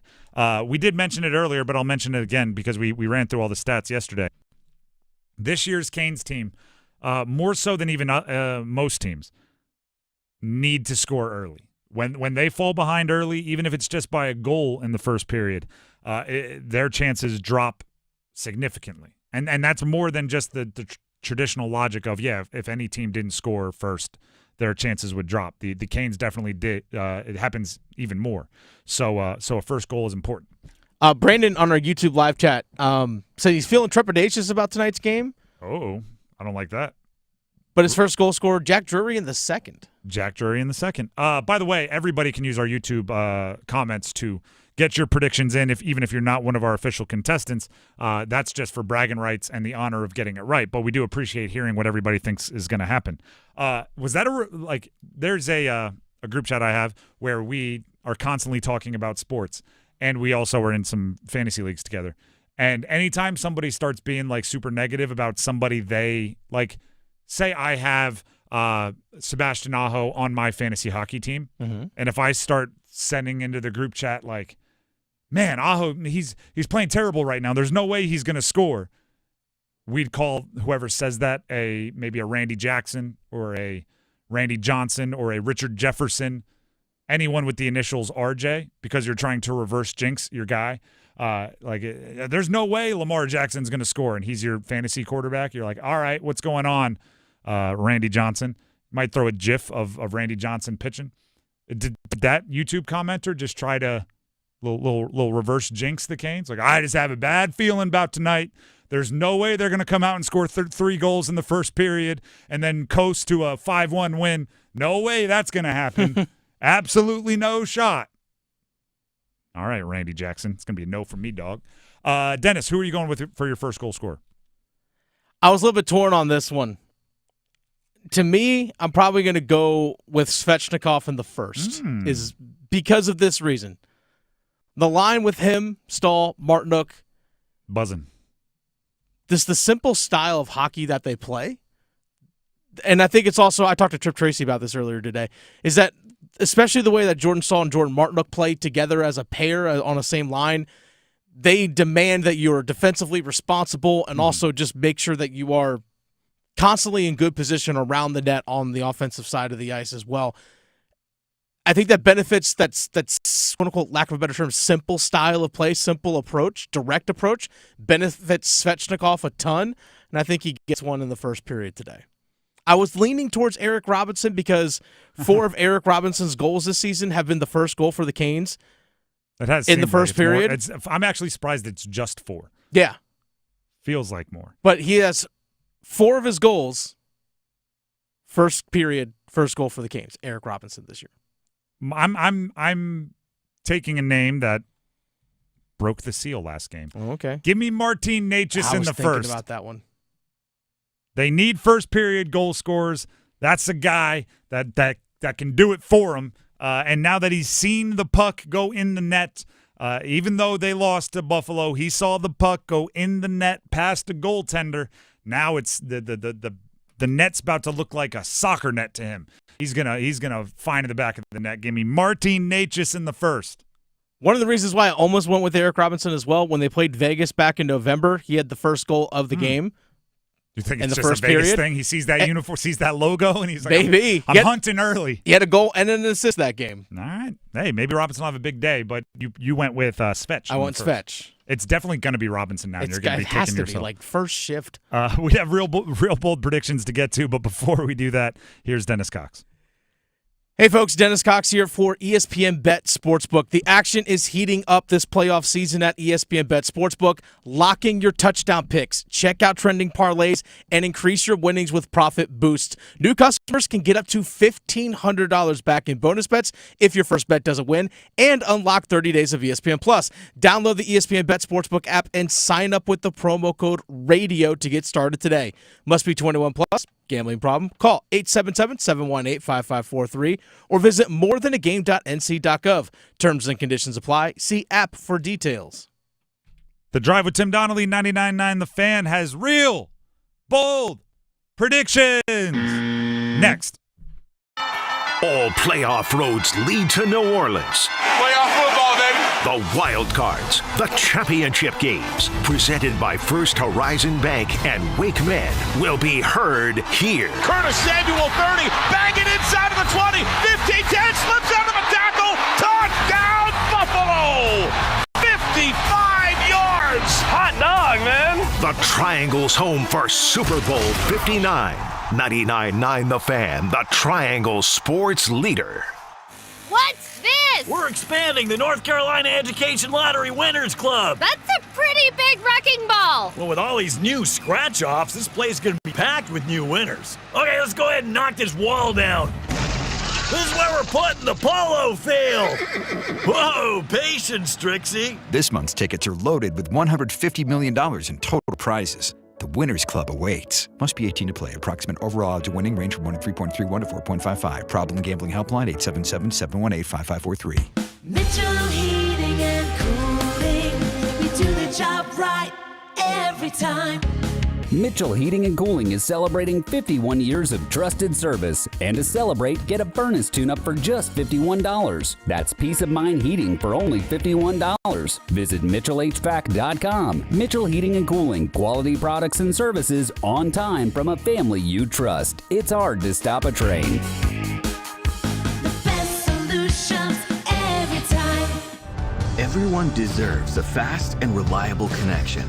One that helps better their everyday through the things they value most. Friends and family, education and career. A connection that opens pathways to opportunity and builds roads to a better future. At Spectrum, we're committed to delivering just that every single day. Because with the right connection, anything is possible.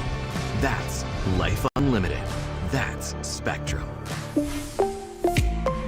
It's the new year. Time to make a positive change in your life. I went to My Computer Career because I needed job security. Because I wanted a career in cybersecurity. I went to My Computer Career because IT jobs are everywhere. My old job was going nowhere. I went because I didn't want college loans for the rest of my life. Because I wanted a career for the rest of my life. Go to mycomputercareer.edu and take the free career evaluation today. Financial aid available for qualified students, including the GI Bill. 529 college savings plans accepted. Not available in Washington State. Hey, what do you say? John Forsland here for my friends at Buffalo Brothers. It's hockey season, baby. I live and work on both coasts, and here's the deal. There's nothing like Buffalo Brothers. The best wings on the planet and a great place to watch all the big games. Visit all 5 Triangle locations for great specials, including half-price pizzas Monday through Friday, 4:30 to 6, and $6 Jamesons on Sunday. Dine in, carry out. BuffBrothers.com. Aw, man, now I want wings.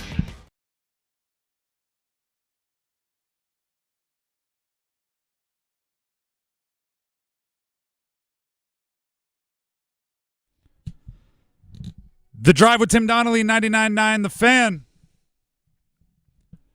We have the best bold predictions in sports media. We call them real bold predictions. They're certified. They're authenticated. They're double and triple checked. We do not allow what so many other shows do, which is to say, I've got a bold prediction, and then nobody is there making sure it's bold. I got a bold prediction. I think Ohio State's going to score more than 10 points in the college football national championship. Whoa, so bold. No, we don't allow that. You try to sneak one by, you hear something called the not bold enough buzzer. But if you were to say Ohio State's going to score 100 points, you'd get the bold enough bell. I don't know. I might give you something else with that one. Like, That wasn't my official submission. Not my official By the way, submission. perfect example of this I saw earlier this week. It was a preview of Buffalo and Baltimore. Gotcha. Playoff game. And the bold prediction was both Lamar Jackson and Josh Allen will factor into multiple touchdowns in the game. I was like, multiple. Like they will factor in multiple each touchdowns. two? Like exactly. I'm like, that's not bold. I'm Not like, what? only They is that both not run bold, for that's one kinda and throw for boring. one. I'm like, okay. I'm like, that's my bold prediction. Okay. That's why we have the bell and the buzzer. So what it is, I try to make bold predictions, and if they're not bold enough, you'll hear the buzzer, and I will have to make it bolder until you hear the bell. So matter of fact, let's go ahead and fire it up, and we'll just start right with that game you just mentioned. I'll go Lamar Jackson and Josh Allen account combined for 7 total touchdowns. There we go. 4 on one side, 3 on the other. I could see Josh Allen throwing for 3, running for 1. Lamar throwing for 2, running for 1, and Derrick Henry gets a couple. Like, that could easily happen. Yeah, for sure. Now, if you would have told me that, hey, Lamar Jackson's only going to have 1 touchdown accounted for, I'd be like, okay, that's bold too. Yeah, you can go bold in the other direction. Yeah, as well. sure. But like, oh, they're each going to have multiple. All right, Get out of here. Before we get some of the more national games, let's go back to I just started with that one because of the conversation. Be better, ESPN. Let's go to some local stuff here. How about tonight? Canes tonight versus Vegas. All right. Piotr gets the shutout. I hope Piotr's the kind of guy who's like, oh, Freddy's back. Oh, y'all think Goalie 1 is back, huh? Watch what they gave me the day off. They let Dustin Tokarski take one. I'm fresh. I'm ready. Piotr's about to stand on his head out there. And Vegas is good, by the way. For the one fan that gets mad when I say the opponent for the Canes aren't good, when they're not good, they think I jinx it. I'm not saying that today. Vegas is a good team. Best record in the Western Conference. Yeah. Argue against it. You can't. Calls it like I sees it. They're a good team. So, it would be bold if Kochekov gets the shutout. By the way, Vegas on Tuesday played in Nashville. So they've actually been in Raleigh for a few days now. They played in Nashville. I thought I saw one of them walking around. No, I'm kidding. You may have, actually. They were down 4-0 against Nashville. Down 4-0 against Nashville. Yes, we did track that game for Ladder Challenge. Came back and made it 4-3 before an empty netter late with literally 0.9 seconds left. That did happen to me one time. So they might be angry. I was in Chicago, I think for a Bears game. Okay. And we were walking around like the day before, just, getting deep dish probably. And Jacob DeGrom walked by. And I recognized him, but he was pushing a stroller. And I was like, was that Jacob? Back when Jacob DeGrom, the pitcher for at the time Mets, had the long hair. Mm-hmm. And I went like, is that Jacob DeGrom? But my brain wouldn't let me say it was because he was pushing a stroller in the middle of baseball season in Chicago. And then as we walked by, so I guarantee you I gawked, right? Just looked at him weird. But I didn't say anything. Kept it moving, checked the schedule. They had a day off, but we're playing the White Sox the next day. Okay. And I was like, that was him. So that'd be like if you're at the mall yesterday and you saw what you thought was a Golden Knight. And you're like, hey, why would they be? They might have been there. Keep it rolling here. Duke at Boston College tomorrow, basketball. I'm going Cooper Flag triple-double. That'd be his first. Yeah, it does seem like every couple of games he makes a weird statement game where he does something unusual, so I just rolled with it. UNC versus Stanford tomorrow. RJ Davis scores 20 or more. I'm not talking about last year's RJ Davis. I'm talking about this year's RJ Davis, just to be. We'll go 22 or more. 24 or more. All right. I wasn't comfortable going anymore. He's fading too far into the background. I think he's going to start taking advantage of less attention. NC State versus Cal. I don't know if this is bold. This is not meant as an insult. NC State wins. Not bold? I mean, they haven't against Cal? Come on. They've lost to some other bad ACC teams. Well, there's that too. What about NC State wins and Marcus Hill scores 18 or more? All right. I like when it's a tough one for you because that means I didn't go any bolder than I have to. The ones where I make a prediction and then you're like, oh, bell, bing. I'm like, I didn't have to go that bold, did I? I could have gotten a win for much less. Yeah, I was thinking it might be a low-scoring game, so for one player to have 18. Yeah. I mean, that's why it's bold. Let's hit some NFL games real quickly here. Houston, Kansas City. Okay. I'm going Travis Kelce scores twice. You know what? This is something everybody in their 30s is going to recognize. The rest helps the old guy. Mahomes and Kelce haven't played since Christmas. And Kelce's going to go out there. Like, I'm 34, right? If I had to play basketball every day, you're not getting the best version of me. Got to play basketball like once every 2 weeks. I'm coming out there like I'm 27 again. Like, let's go. That's Kelce. And also, Mahomes and Kelce don't need to get into a rhythm. If they don't play catch for 3 weeks, it's not like, oh, I forget where that guy's going to be. They've been together long enough. Washington at Detroit. I'm going Jahmyr Gibbs, 30-plus yard touchdown. I'm going Jahmyr Gibbs. 2 separate plays of 30 or more yards, one of them for a touchdown. Yeah, 2 big explosive plays like that, yeah. I think Monty's a decoy. I think Montgomery's a decoy. They're bringing him back from injury. I don't think they're going to give him the ball a ton, but he might be out there and then put Jahmyr Gibbs in the slot and get the ball to Jahmyr Gibbs. Like, I think that's how it's going to go. Rams at Philly. Bold prediction, A.J. Brown is caught reading the dictionary on the sideline. All right, dictionary. Okay, because he also likes to break a mental sweat as well. Did you see AJ? By the way, I was willing to go AJ Brown scores a touchdown because I do think he thrives in chaos and everybody's kind of all up in arms. Today at the Eagles facility, guess who was spotted? The author of that book he was reading. The author of like Excellence, Inner Excellence, or whatever the book was. So I think it would be hilarious. Like, AJ Brown would become my favorite player if they get up by 2 scores and he's caught on the sideline reading like Encyclopedia Volume V. Like he's just like Joey Tribbiani over here. Yeah, he's got a thesaurus. Like it would be so funny. Baltimore at Buffalo. We already did that one. So we already got to Lamar and Josh combining for a bunch of touchdowns. Ohio State versus Notre Dame. Okay. I was for Ohio State's last game, I predicted Travion Henderson, I think, would have a 50-yard or more or longer touchdown. Mm-hmm. He had a 75-yard touchdown catch. That he did. I was so stupidly happy that a bold prediction came true watching that. It was a massive swing point in a very close, hotly contested college football playoff semifinal. And I was just there like, that's a bold prediction. You say that's a bold prediction. So I'm going back to the well. Travion Henderson, 50-plus yard touchdown versus Notre Dame. Notre Dame's got really good defense. It's true, but I know what Ohio State does.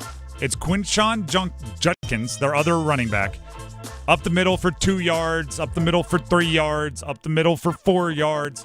Travion Henderson, 70-yard touchdown. 35-yard catch. It's just always, he's the explosive one. So I think, and by the way, I think that's one of the differences.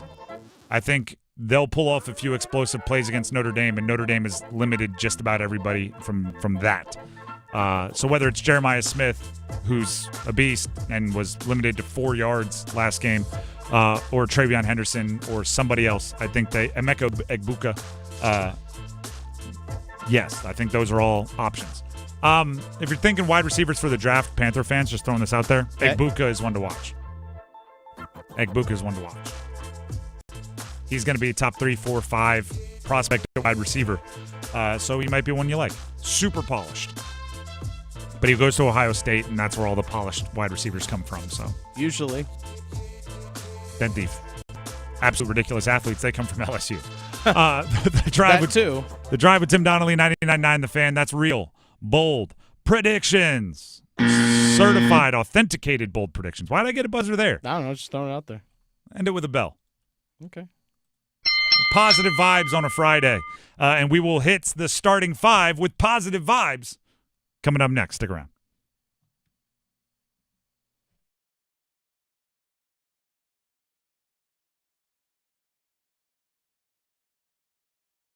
Tonight's forecast calls for Hurricanes hockey. Nature's heads up. Back to Orlov. He scores! A 1-2 punch from Dmitry Orlov. It's 3-2 on Orlov, second of the game. Storm Watch with Adam Gold at 6:30. Puck drop at 7. Now back to Slavin. He shot right on. Rebounds out in front. Chance out front. They score! Here come the Hats! On your exclusive home for the Carolina Hurricanes. 99.9 The Fan.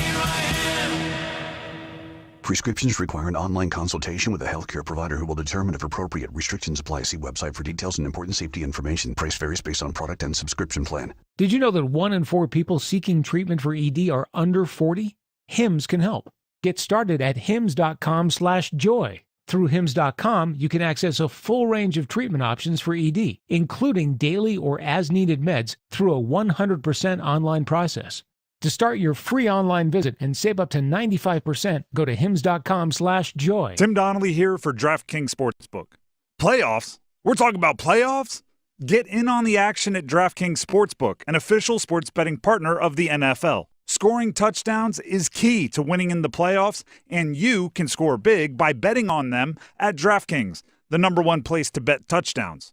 Ready to place your first bet? Try betting on something simple like a player to score 6. New DraftKings customers can bet $5 to get $200 in bonus bets instantly. Download the DraftKings Sportsbook app and use code TIMD, that's code TIMD, for new customers to get $200 in bonus bets instantly when you bet just $5. Only on DraftKings. The crown is yours. Gambling problem? Call 877-185-543 or visit morethanagame.nc.gov. 21 plus, North Carolina only. Eligibility restrictions apply. Bonus bets expire 168 hours after issuance. For additional terms and responsible gaming resources, see dkng.co/audio. It's bow time.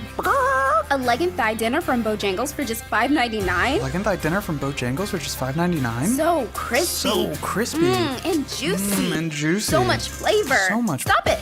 What are you doing? What, you expect me to get this delicious deal and not say anything? You're unbelievable. You're unbelievable. With a boldly seasoned leg and thigh, choice of fixin', a biscuit, and legendary iced tea, it's a deal so good it's worth repeating. So eat and repeat while it lasts. It's bow time. It's bow time. Dine in, drive through, or tap your favorite delivery app and have Bojangles come to you. Satisfy your craving for flavor right now with Bojangles 2-piece dinner. 2 pieces of Bojangles dark meat chicken, your choice of fixin', a biscuit, and iced tea for just $5.99. That's right, just $5.99 for limited time at participating Bojangles. What are you waiting for? When you're hungry, it's always bow time. This hour of the Triangle Sports Leader is powered by Ritchie Law Firm, injury lawyers. Ritchie Law is on top of it.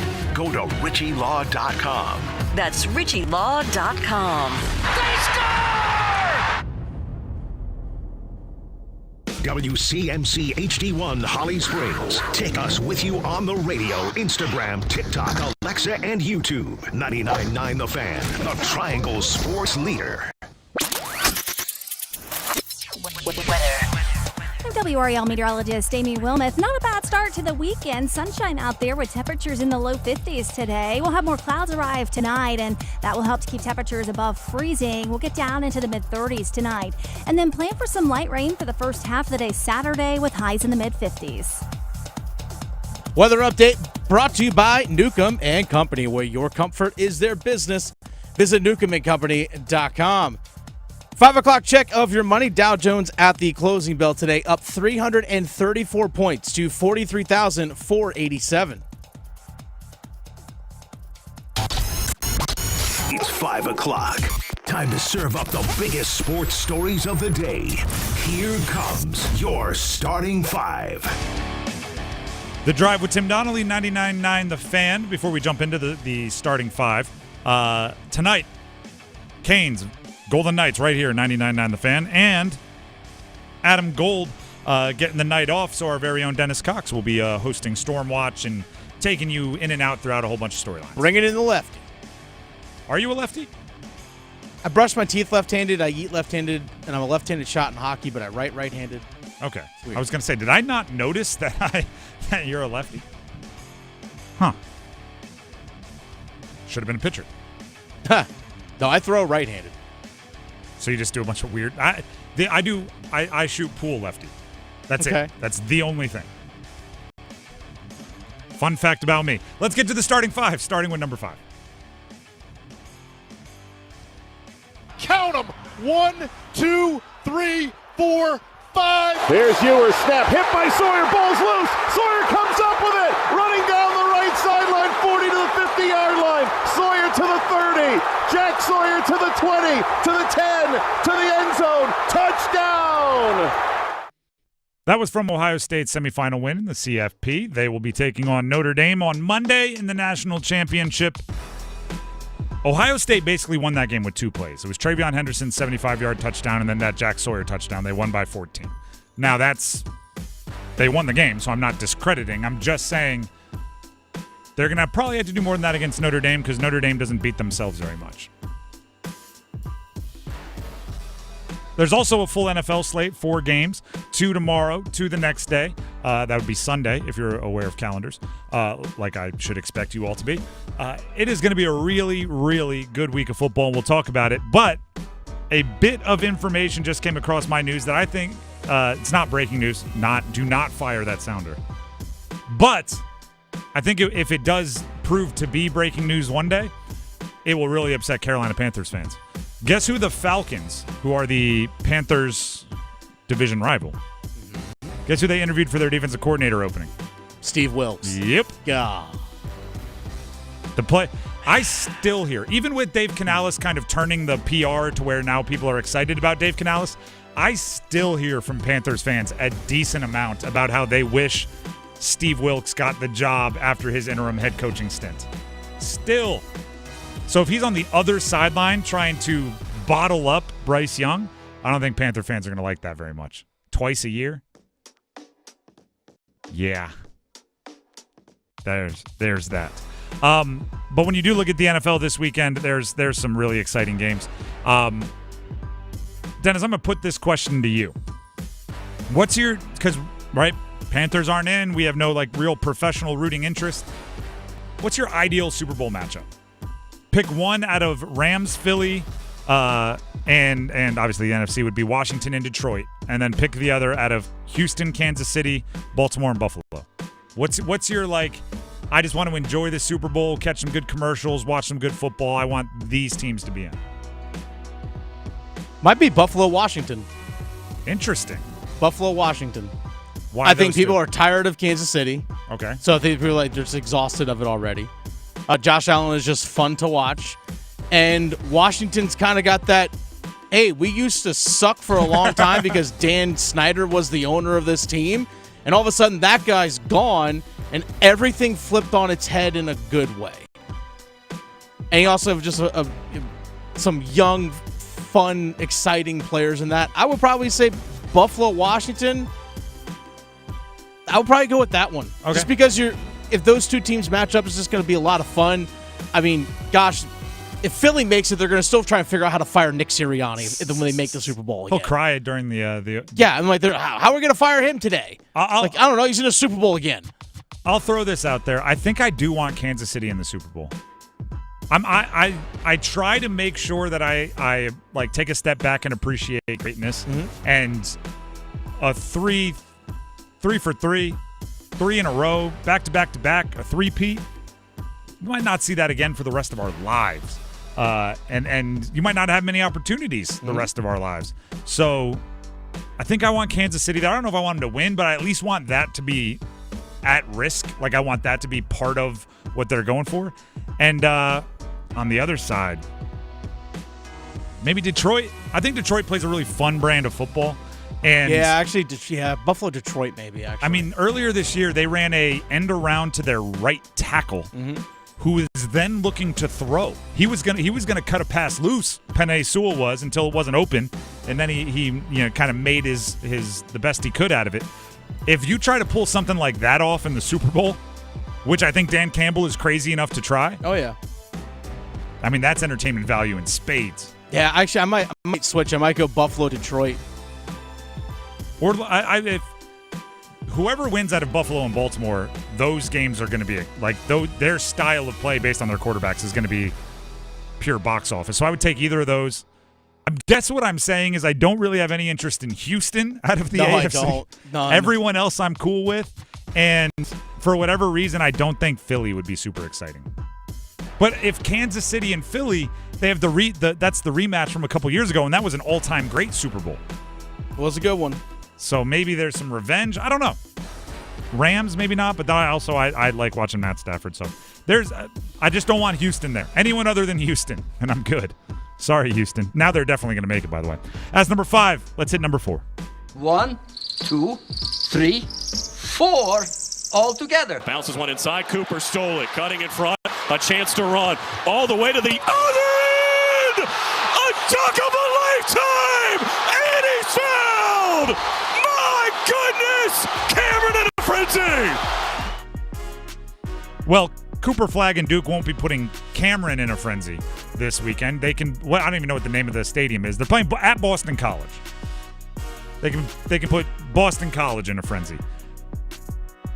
That is a game, and we're gonna have to start tracking. I think covering spreads for Duke, because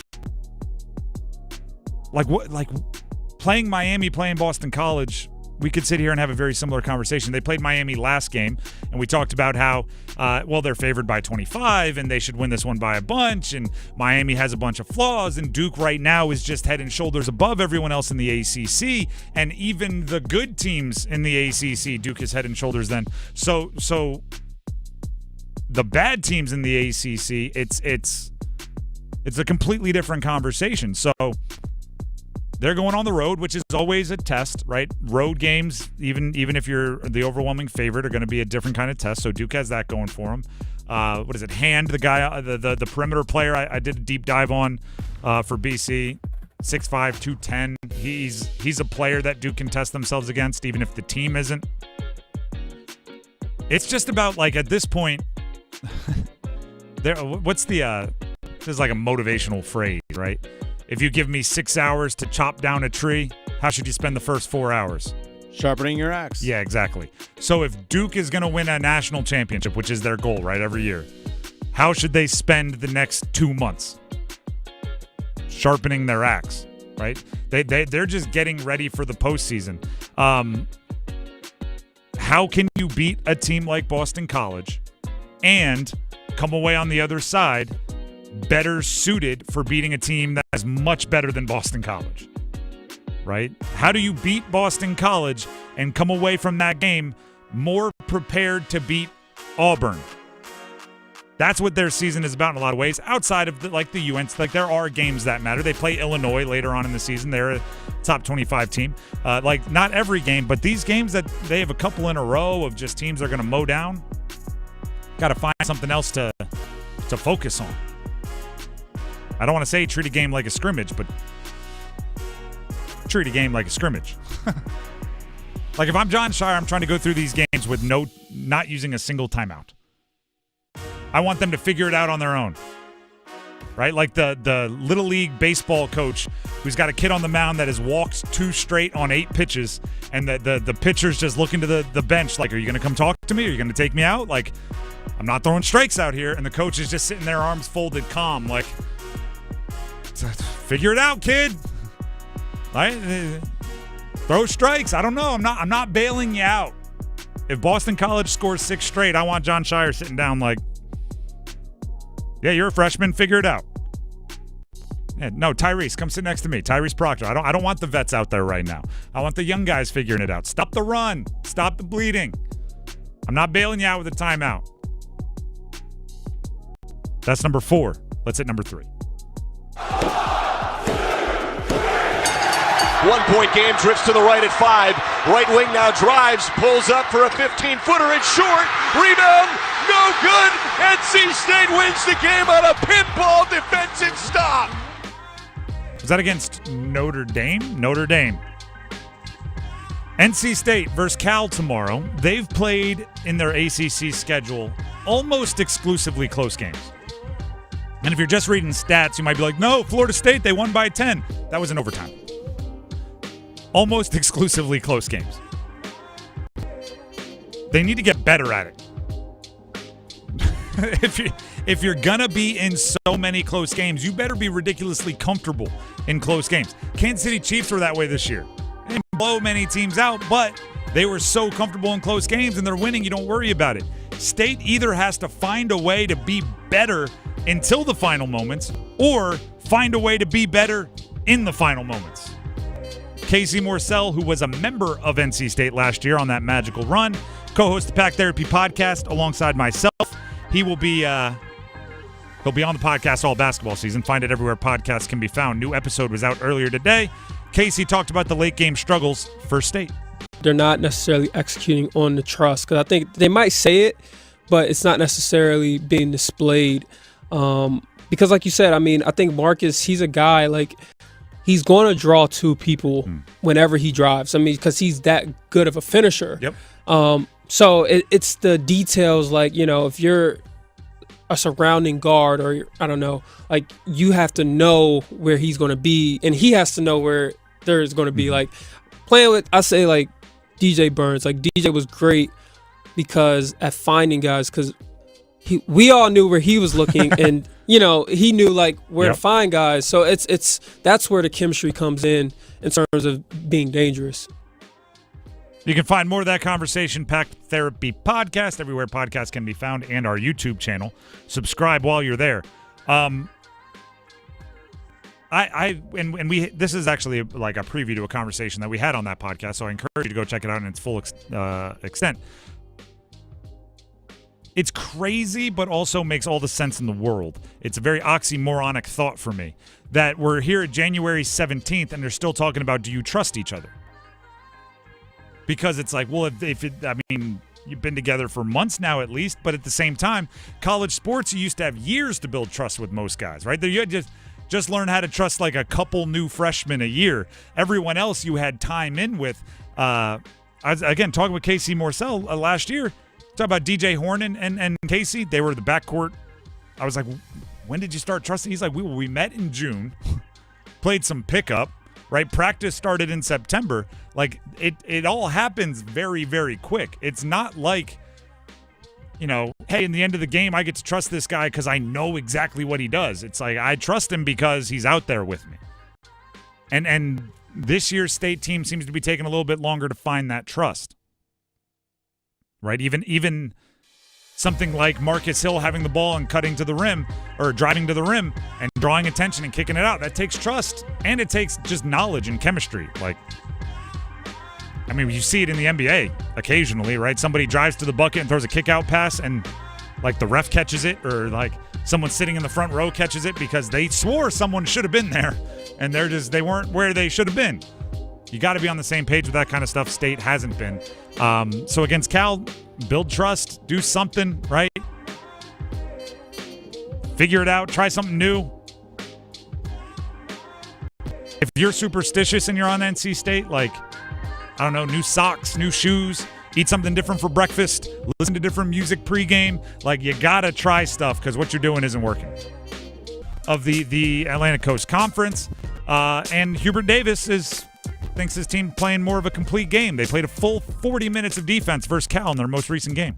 This is the first time in a long time where we played defense the entire game. Usually in the second half, I think the last 5 games, teams were shooting 51% average in the second half against us. And so, you know, when at halftime, we said, you know, are we going to be able to put 2 halves together, or, you know, what kind of team are we going to be in the second half? And so to be able to put 2 halves together defensively, rebounding the basketball, we out-rebounded them by 12. Cal is one of the best rebounding teams in our conference, and particularly from, you know, getting second-chance opportunities. I thought we did a much better job of that in the second half, and probably the only box that we didn't check was, you know, we had more turnovers than assists, but we only had 10 turnovers. And I just thought our job defensively, being able to defend and not put them on the free throw line, that's been a problem for us. It was a problem for us against Notre Dame, against Louisville. If you would have told UNC fans a month ago that you would check every box except one, the only box we didn't check, they would sign up for that, right? That's a huge improvement from, there's a point in time where there was like, well, we didn't check this box, that one, we didn't rebound one, we didn't do that. So that's good. The interesting part about their matchup with Stanford tomorrow is what Stanford brings to the table, right? Every game is different based on your opponent. Reynaud, their big man, legit. 7 foot plus. I think he's listed at 7'1" or 7'2". Probably 7 foot without shoes. But that's a big impact player. He leads the Atlantic Coast Conference in both points per game and rebounds per game. So one of the boxes that UNC had a really hard time checking early in the season was matching up with size, right? When the opposing team had a big man down low that could operate as a true post, as well as when rebounding became an issue. They were getting bullied a little bit. All right, so it's like things are going well, things are all right. All right, let's throw a real test at you to see how it's going. The Cal game that Hubert was talking about there, Cal does not have size, or at least not significant, like ACC above average size. Impact size. Stanford has Raynaud, and that is the definition of. So, how do you pass that test? Right? You've leveled up. How do you pass that test at something you've struggled with? It's going to have to be a big game from Jalen Washington, Jalen Withers, right? Your big guys are going to have to, really lock in. And then on top of that, your perimeter has to help. Seth Trimble's going to have to rebound. I wouldn't be surprised if at the end of the year Seth Trimble is second on the team in rebounds, despite being a 6'3" perimeter player, because he's a physically gifted individual. He can leap, he's strong, and he can mix it up with the bigs. But it can't just be him, right? It also, Ian Jackson, I mean, I don't know if RJ Davis is ever going to be an elite rebounder, but, I mean, go little league with it. Butt in the gut, box him out, push him out of the way. Help someone else get a rebound if you can. Hustle. If there's a long rebound, go get it. Right? It has to be a team effort to match up with somebody like Raynaud for UNC. And by the way, Stanford as a whole doesn't scare me. I expect UNC to win the game. But how they deal with an individual player that challenges some of their weaknesses is going to be an interesting storyline in that one. That's number 2. Let's get to number 1. The one! Orloff reaches, Burakovsky will get to it. He tries to find hole, and a save made by Andersen, and then he'll freeze the rebound. If you are just tuning in, if you're just getting off work, it is past 5 o'clock. You're in your car. You may not have heard the news, but Freddy Andersen is back for the Carolina Hurricanes. He is off IR. He is active. Not expected to play tonight against Vegas, at least not start tonight against Vegas, but he will be serving as the backup. Which is big news, necessary. Also, do you know what I think is underrated about him being back early? Because for those of you that didn't follow the entire timeline, I'll give it to you quickly here. What was it? About mid-October was the last time we saw him in net. October 26th. All right, so a little bit later than that. Near the end of October, around Halloween, last time we saw him in net. It was then essentially another month until we heard that he had surgery, minor surgery on the knee that was keeping him out. And at that moment, the estimated timetable was 8 to 12 weeks. Exactly. Today is exactly 8 weeks from that surgery. He's taken off IR and he's active. I'm going to throw this out there as a little, maybe under talked about, at least by us thus far, benefit of him coming back on the early side of that window. It gives the Canes a chance to see what their team looks like with Kochetkov and Andersen healthy with a decent amount of time before the trade deadline. Right? Now you get to know it's brutal when you have to make trade decisions and you don't know what your roster is due to injuries. Having a little bit of time here to see, it's like, oh, well, we were right to be patient. We're good. We don't have to do anything. Or, you know what? I think we still need to do something. Even with Freddie back, we're still having X, Y, and Z issues. So there's a little bit of more information gathering for the Canes. Rod Brindamore spoke to the media today, but this actually is from a clip of a longer interview that you'll hear on Stormwatch with Rod and Dennis. And this is him talking about having both goalies healthy. I think it's more just, the comfort for each other. I think knowing I got the other guy there, I don't have to carry the whole load. I think that's a lot of pressure on goalies. People don't really, understand that, and they get criticized when we don't win, and they get probably overdone when we do. But that position is so vital, as we've seen here in the last little while. For me, I mean, you let in a bad goal, that's the difference in a hockey game. So I think having that stability, knowing that I don't have to be the guy, I think hopefully will help. Well, first of all, Rod. Yeah, and I'm a big Rod Brindamore fan. I defend him quite a bit. Don't insult our intelligence. We know that goalies are under a lot of pressure. People don't really realize how much pressure Yeah, I think it's very obvious how much pressure goalies are on. They have an unbelievably pressure-packed job. Stressful. You know what I like? If I talk about him enough. I have a 3-year-old son at home. I want him to chase whatever dreams he wants to chase, right? If he comes to me and says he wants to be a kicker, a closer, or a goalie, I'm just going to double and triple check to make sure that's really what he wants to do, because I do not envy the parents of those 3 positions. Like a goalie's parents has to, stress through the roof, right? I saw the Notre Dame's kickers' parents were getting flack for the dad took out the phone and was filming while his son kicked the game winner for Notre Dame in the semifinals. And people were saying, like, don't you just want to watch it? Do you think you're not going to have footage of Notre Dame making the game-winning kick? And my thought went right to, his son is out there, and in 20 seconds he's going to know whether the whole world hates him or the whole world loves him.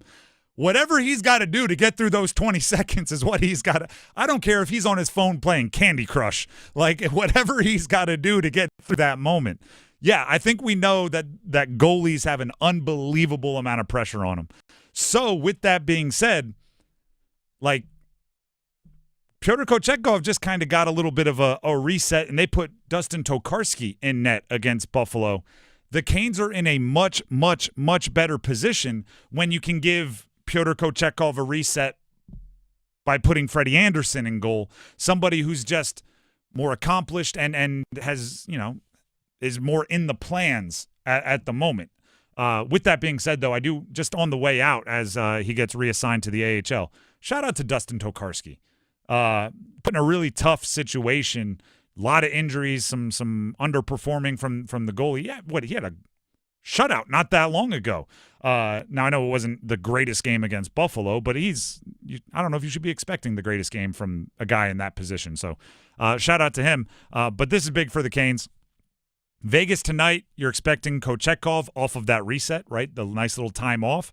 I think that's the biggest question for tonight for the Canes is, did that reset work for Kochetkov? So Dennis, how big of a deal is it that Freddie's going to be on the bench?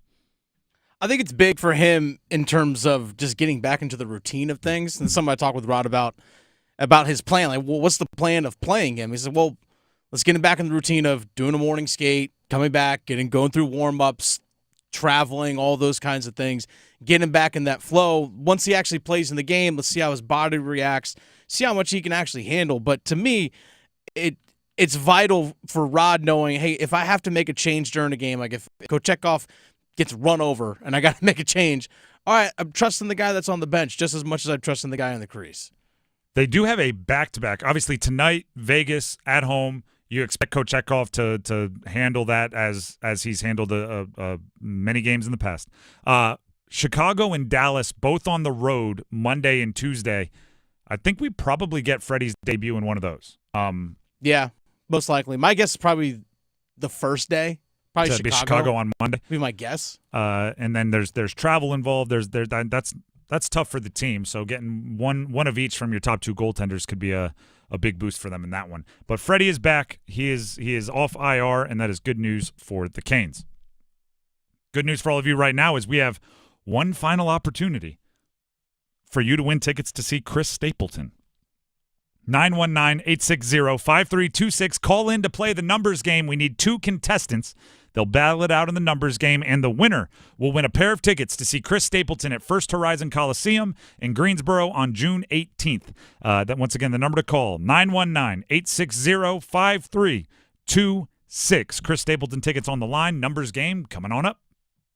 Evan, Canty, and Michelle are unsportsmanlike. The Green Bay Packers simply couldn't beat the elite talent in the NFC. They were winless against the Detroit Lions, the Minnesota Vikings, and now the Eagles. Lost 2 games to both of those teams. They were good. They were not good enough. That, to me, is the story of the Green Bay Packers this season. So it was a good season, not a great one. Unsportsmanlike. Mornings from 6 to 9 on 99.9 The Fan, the Triangle Sports Leader. Soundstation and Security, your automotive and audio experts. Car audio, car video, home theater, wheels and tires, and so much more. Plus, did you know Soundstation and Security offers full service for your vehicle? Alignments, inspection, oil changes, window tinting, and custom exhaust. And with a variety of financing options, Soundstation and Security can help you get what you need today. 2 locations, downtown Smithfield and on Glenwood Avenue in Raleigh. Soundstation and Security. Visit myhotsound.com. Hello, I'm John Heister for the Heister Automotive Group. And we're constantly looking for ways to serve you better. One of the ways we do that is with something we call a Goalie. And that's where you select a vehicle from our inventory, and we have thousands, and we get one of our product specialists to bring that vehicle to you at your convenience. How do we do that? Well, it's simple. We have a group of employees that are evaluated based on the number of presentations they do. They're glad to do it. So it's just one more way we get off our keister and bring Heister to you.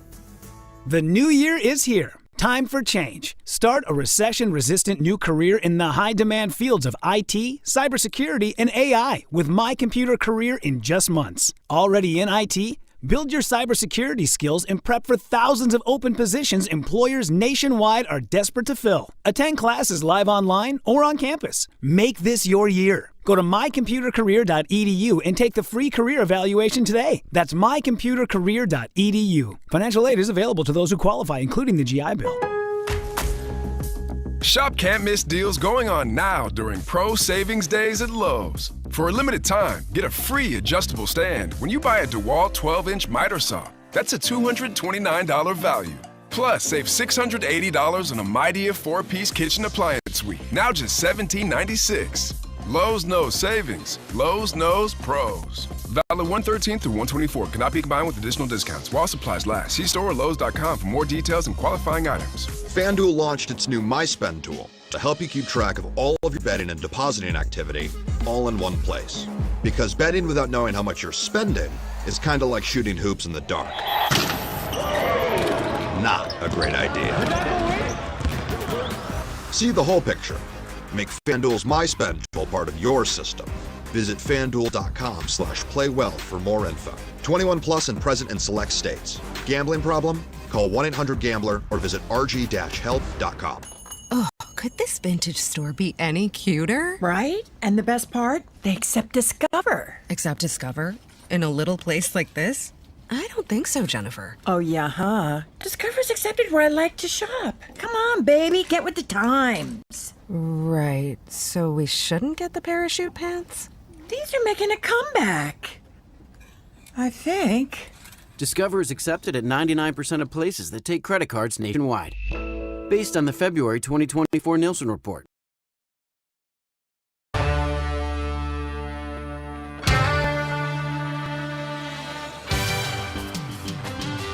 The Drive with Tim Donnelly, 99.9 The Fan. It is time to play the numbers game. And it is the final time of the week where you can win Chris Stapleton tickets. So Isaiah in Wake Forest or Ted in Apex, one of those contestants will be getting Chris Stapleton tickets. As always, we have to ask a question. Dennis will decide which answer is his favorite, and that person will get to go first. Isaiah in Wake Forest, are you ready to rock? Yes, sir. All right, that's not the question. The question is, we have a weekend coming up. For some of us, it's a long weekend with the holiday. What are you most looking forward to this weekend? But because we're a sports show, keep it sports related. Okay. I would say first, the Canes game tonight. I think it's a big game for them. I think they really need to win and get a quality win against the Golden Knights. All right. And also, I mean, you can't beat the Bills versus Ravens. I'm really ready for that. That's a very solid answer. That felt well researched. Isaiah, stay on the line. We'll see if it is chosen. Ted in Apex, you're up next, and it's the same question to you. What are you most looking forward to about the upcoming weekend? And keep it sports related because we're a sports show. Wow, so much going on. I think my top three are going to be number one, my 10-year-old daughter has a basketball game tomorrow. So that's got to go number one, just keeping it in the family. Two is probably Tar Heel basketball tomorrow, and then NFL playoffs has got to be third. I like how both of our contestants came with well, actually, I have an outline on the subject if everybody pays attention to the slide. So, Dennis, Isaiah in Wake Forest, Ted in Apex, who gets the nod to go first? Oh, this is a tough one, complete with PowerPoints and everything. Yeah. This is a difficult one. But yeah, Canes have a big one tonight. Sunday's game between Baltimore and Buffalo hopefully should be a banger.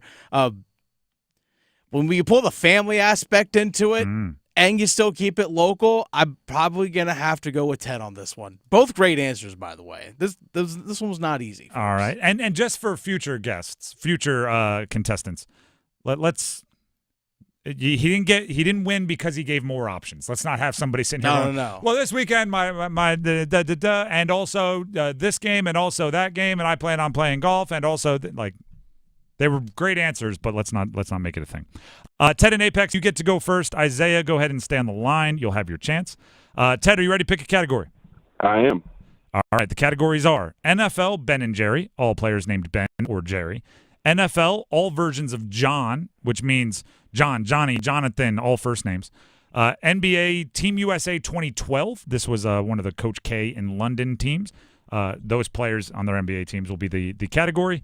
And NHL, Hurricanes only. Let's go NBA 2012.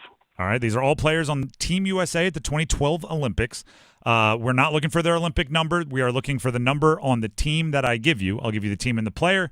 Give me the jersey number as quickly as you can. 30 seconds on the clock. One pass if you need it. Any questions? Nope, we're good. Perfect. Your time will start when you hear the horn. Kevin Durant, Oklahoma City Thunder.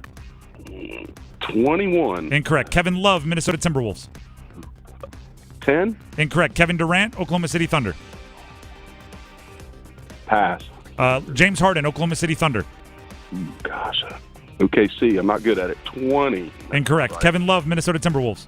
Was he 3? Incorrect. Kevin Durant, Oklahoma City Thunder. Golly. 5. Incorrect. James Harden, Oklahoma City Thunder. 32. I suck. I could feel your excitement and enthusiasm just draining as it went along. You did stumble in. Kevin Durant wore number 5 with the Olympics, but he's number 35 during his time in OKC.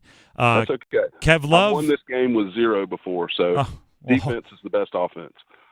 I guess there's something to be said for that. Kev Love, we're number 42 for those of you playing at home with Minnesota, and James Harden, number 13 with OKC. That's right. That's what we were looking for. You got 0.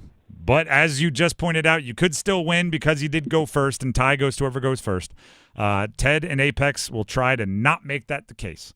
Stay on the line, Isaiah. We'll see if you hang on. Ted, are you there? Oh, I had that backwards. Isaiah, are you there? It's a Friday. Yes, sir. All right. Isaiah, the categories remaining for you are NFL, Ben and Jerry, NFL, all versions of John. Those are all dealing with first names. Or NHL, Hurricanes only. I'm going to have to say NFL, Ben and Jerry. All right. These are all players named Ben or Jerry somewhere in their name. I'll give you the team and the player. Give me the jersey number as quickly as you can. 30 seconds on the clock. One pass if you need it. You need 1 for the win. Any questions before we get started? Yes, sir. All right. Your time will start when you hear the horn. Ben Roethlisberger, Pittsburgh Steelers. 7. Correct. Jerry Rice, San Francisco 49ers. 80. Correct. Kelvin Benjamin, Carolina Panthers. 13. Correct. Jerry Jeudy, Cleveland Browns. 11. Incorrect. Ben Coates, New England Patriots. 46. Incorrect. Jerry Jeudy, Cleveland Browns. 13. Incorrect. Ben Coates, New England Patriots. 14. Incorrect. Jerry Jeudy, Cleveland Browns. 9. Incorrect. Ben Coates, New England Patriots. A pass. With no passes. Jerry Jeudy, Cleveland Browns. 16. Sorry, I said no passes because there were no more to get to. You had seen them all. The bells and buzzers were not as accurate on that one. It is a Friday. 32. I suck. It is a Friday. I'm messing up names. The bells and buzzers are off. But the one that had it rolling, Isaiah in Wake Forest, and I think I got your name right that time. You got the 3 you needed with Ben Roethlisberger, 7, Jerry Rice, 80, Kelvin Benjamin, 13. Jerry Jeudy, we were looking for number 3. He wears 3 with Cleveland. Man. And Ben Coates with the Patriots wore number 87. So you didn't get the perfect score, but you did get the win, which means you did get Chris Stapleton tickets. Congratulations. Hey, thank you. Go ahead and stay in line. Dennis will get the info he needs from you. But Chris Stapleton tickets, First Horizon Coliseum in Greensboro on June 18th. When he said 13, I was like, the 3, yeah. Oh, no, whoops. To quote Ted. I suck. That you know what, that the second one was at least exciting. We're all over the place, but at least it was exciting. The offers always get me scared on a Friday. I don't want to go into the weekend on double zeros. So credit to Isaiah for saving us there. Especially when we had a stretch of so many perfect scores. It's been and actually, like, there was 2 good stretches happening. We had a stretch where there was, I think, 4 straight 5s, which is the longest we've had. May have been 3.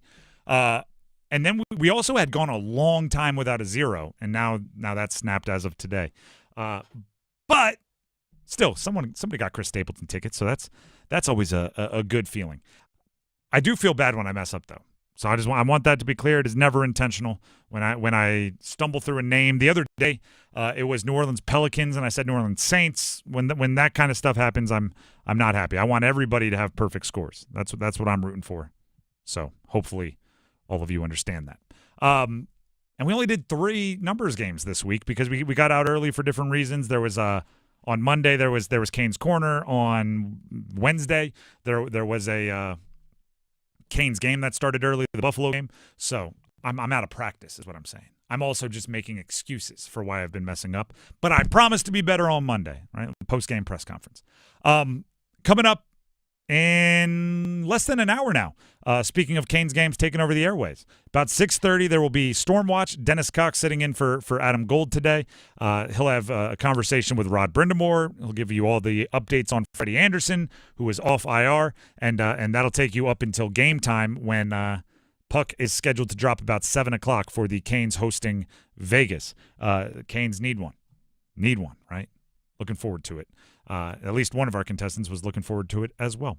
The Drive with Tim Donnelly, 99.9 The Fan. There's only one thing left to do for the Drive on a Friday, and that is make our picks. And with a whole bunch of games that we have to pick, we'll be back with some energy. Stick around. Tonight's forecast calls for Hurricanes hockey. Natchez heads up. Back to Orlov. He scores! A 1-2 punch from Dmitry Orlov. It's 3-2 on Orlov, second of the game. Storm Watch with Adam Gold at 6:30. Puck drop at 7. Back to Slavin. He shot right on. Rebounds out in front. Chance on front. They score! Here come the Hats! On your exclusive home for the Carolina Hurricanes, 99.9 The Fan. You know what makes every diamond unique and special are his 4 C's. It's cut, clarity, color, and carat weight. But do you know what makes Diamonds Direct special and unique? It's our own 4 C's. The first C, concept. Diamonds Direct has revolutionized jewelry shopping by eliminating middleman markups and giving you direct access to the world's finest diamonds straight from the diamond cutters. The second C, choice. Diamonds Direct's multi-million-dollar selection of precious diamonds is unparalleled. And with over 4,000 designer settings to choose from, you are empowered to make a decision that works for your style and taste. Third C, confidence. With a nationwide price guarantee, a free lifetime warranty, our unique 110% diamond upgrade policy, and our no-pressure, no-risk environment, you have total peace of mind. And the fourth C, community. Every year, we partner with local charities and nonprofits with significant donations of time, money, and jewelry to make this a better place for everyone. Diamonds Direct, official jeweler of the Carolina Hurricanes and proud sponsor of NC State Athletics, and proud to call the Triangle home. Diamonds Direct, your love, our passion. Welcome to Staples. I am so pumped. My business is going to kill it this year. Awesome. How can I help? First, a new computer. With Staples Home and Office Hot Deals, you save big on tech. And new posters. Save on custom printing, too. And, a new chair? A chair? Who has time to sit? Maybe all your new clients? Now you're talking. With Staples Home and Office Hot Deals, you'll find huge savings on custom prints, storage, chairs, and tech. And now save up to $175 off your print order. Exclusions apply. Visit staples.com/print for details. Ends 2/1. Get exclusive savings on all new Buick models now at Wilkinson Chevrolet Cadillac Buick GMC in Sanford. It's the Buick Trade-In event. Allow an extra $500 to the value of your trade when you purchase a beautiful new Buick. Discounts up to $1,000 on select models, plus deferred monthly payments for 90 days. See dealer for full details. Buick, exceptional by design. Hurry to Wilkinson Chevrolet Cadillac Buick GMC in Sanford or online at wilkinsoncars.com. It's bow time. A leg and thigh dinner from Bojangles for just $5.99. Leg and thigh dinner from Bojangles for just $5.99. So crispy. So crispy. And juicy. And juicy. So much flavor. So much. Stop it. What are you doing? What, you expect me to get this delicious deal and not say anything? You're unbelievable. You're unbelievable. With a boldly seasoned leg and thigh, choice of fixin', a biscuit, and legendary iced tea, it's a deal so good it's worth repeating. So eat and repeat while it lasts. It's bow time. It's bow time. Dine in, drive through, or tap your favorite delivery app and have Bojangles come to you. Satisfy your craving for flavor right now with Bojangles 2-piece dinner. 2 pieces of Bojangles dark meat chicken, your choice of fixin', a biscuit, and iced tea for just $5.99. That's right, just $5.99 for limited time at participating Bojangles. What are you waiting for? When you're hungry, it's always bow time. Breaking news coming in from Bet365, where every nail-biting overtime win, breakaway, pick six, three-point shot, underdog win, buzzer beater, shootout, walk-off, and absolutely every play in between is amazing. From football to basketball and hockey to baseball, whatever the moment, it's never ordinary at Bet365. Gambling problem? Call 1-877-718-5543 or visit morethanagame.nc.gov. 21 plus only.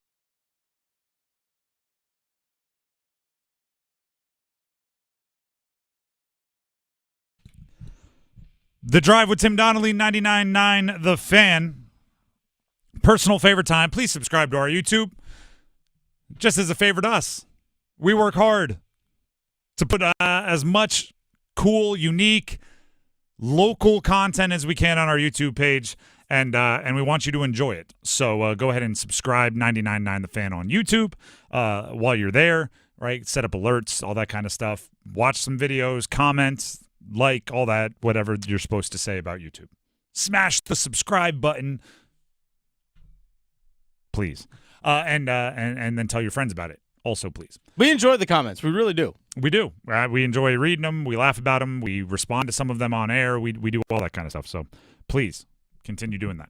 Now we will make our picks because there's a busy, long weekend coming up. We don't have a show on Monday, so we'll be back on Tuesday. So we have extra picks to make. Dennis, so what are we starting with?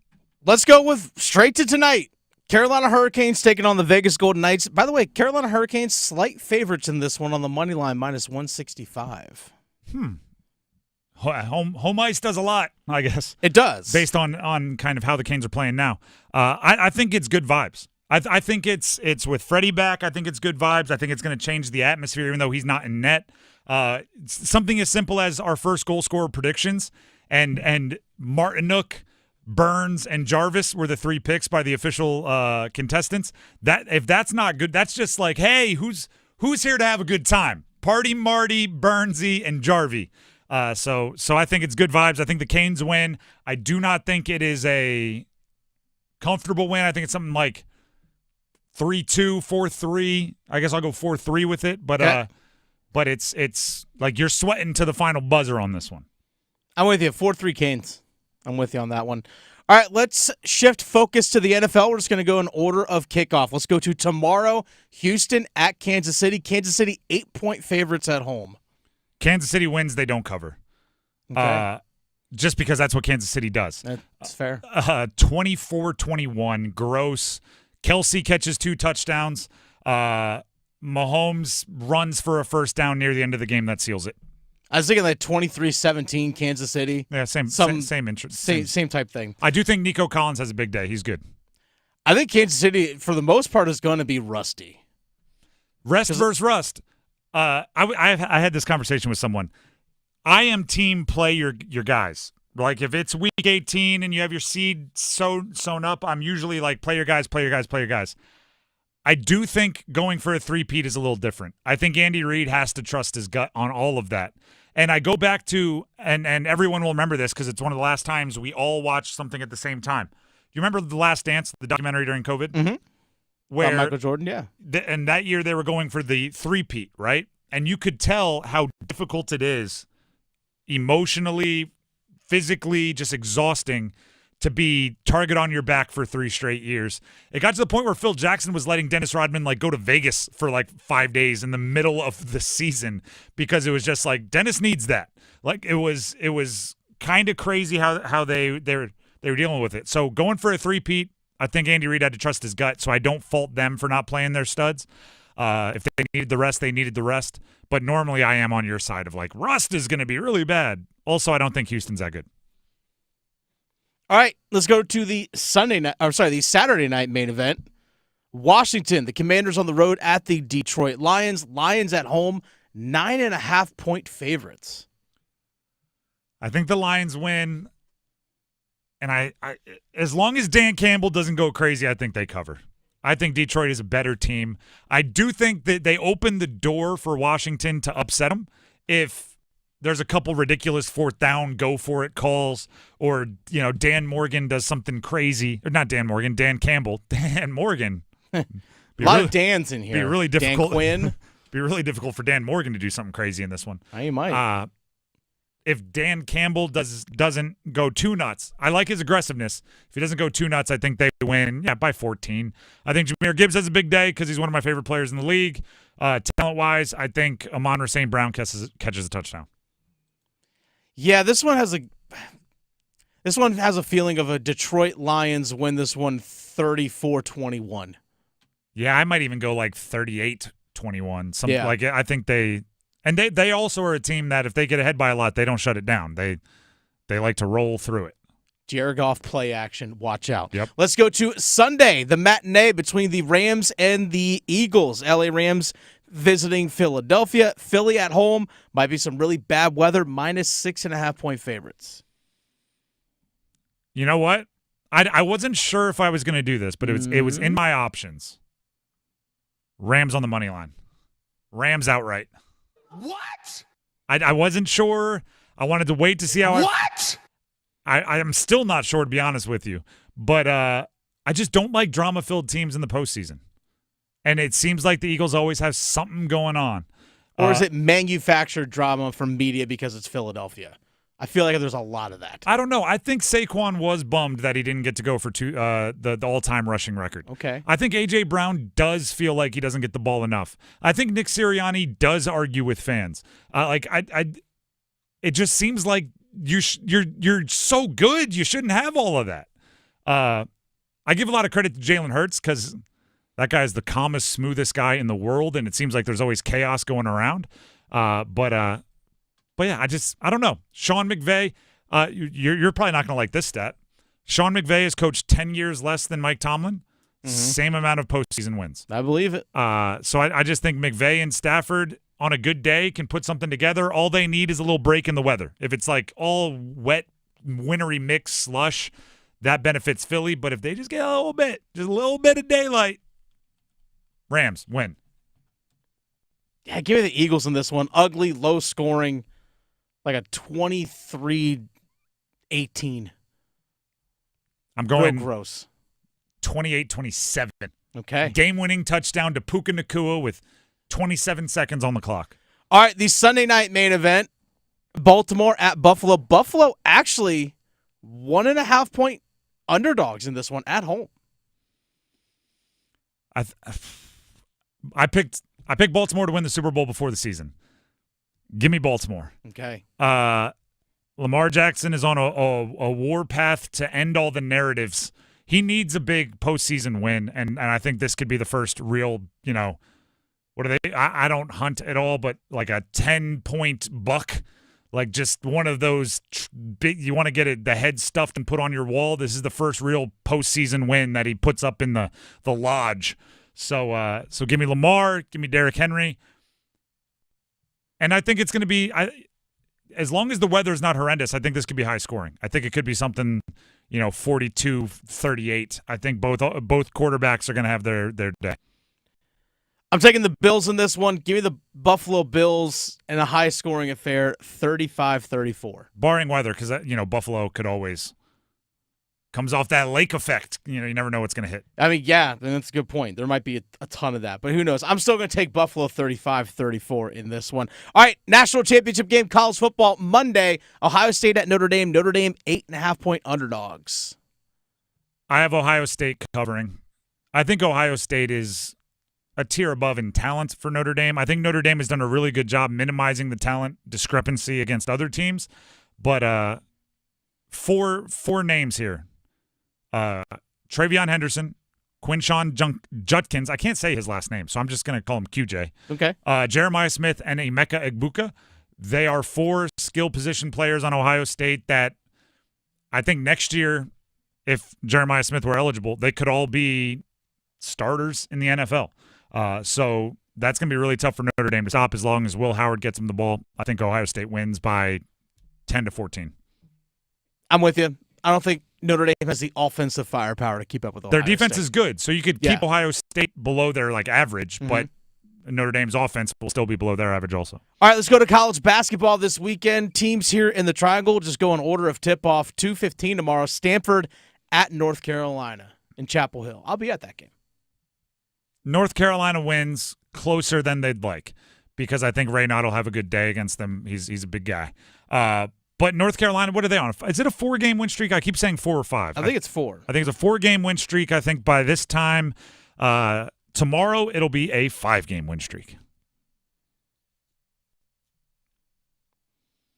Yeah, looking at here, they lost to Louisville, and since then they beat Notre Dame, beat SMU, beat NC State, beat Cal. So 4-game win streak. I'm with you. I think they pull away on this one. They win by 14. I do think Raynaud will have 22 and 13, though.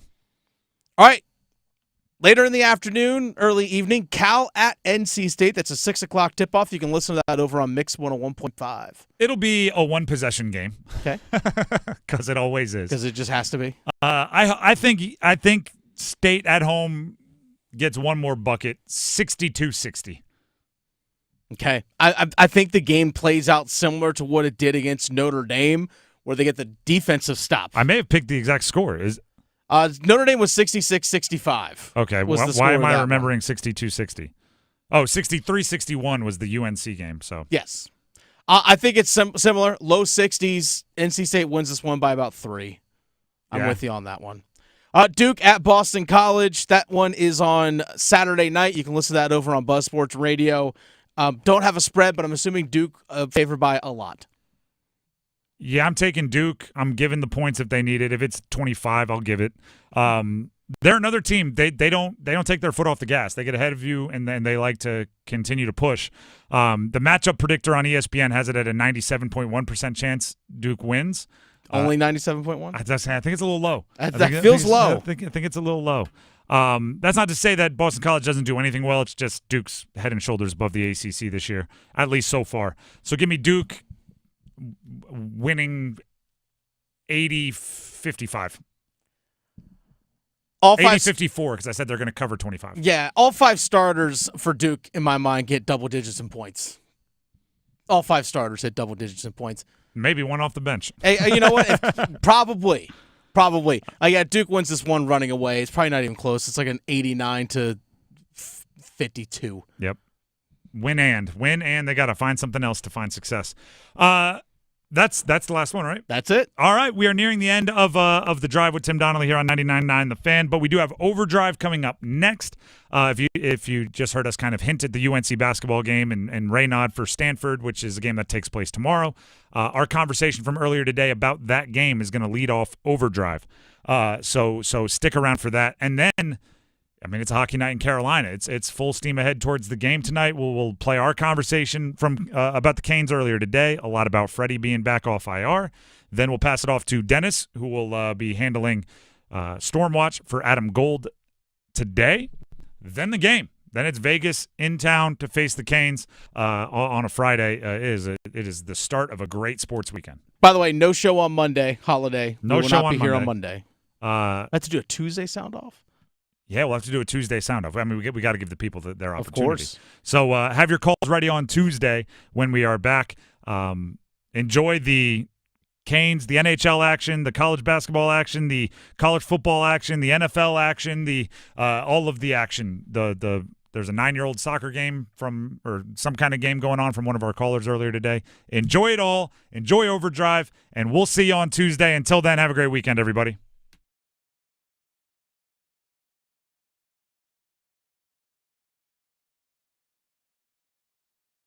The Adam Gold Show. Look, I love the fact that the Tar Heels have won their last 2 games. Here's what I am worried about, though. They're doing it without being able to rebound the ball on the offensive end. They have to get second chance points, That's what their offense has been built on forever. Since I have been alive, they have lived on the offensive glass. This team can't do it. They just don't have enough size. The Adam Gold Show, weekdays starting at noon on 99.9 The Fan. This is a story of the one. As a maintenance specialist for university housing, he knows college students can major in wear and tear. Plus, housing so many students doesn't leave a lot of room to house all the supplies he needs. That's where Grainger comes in. With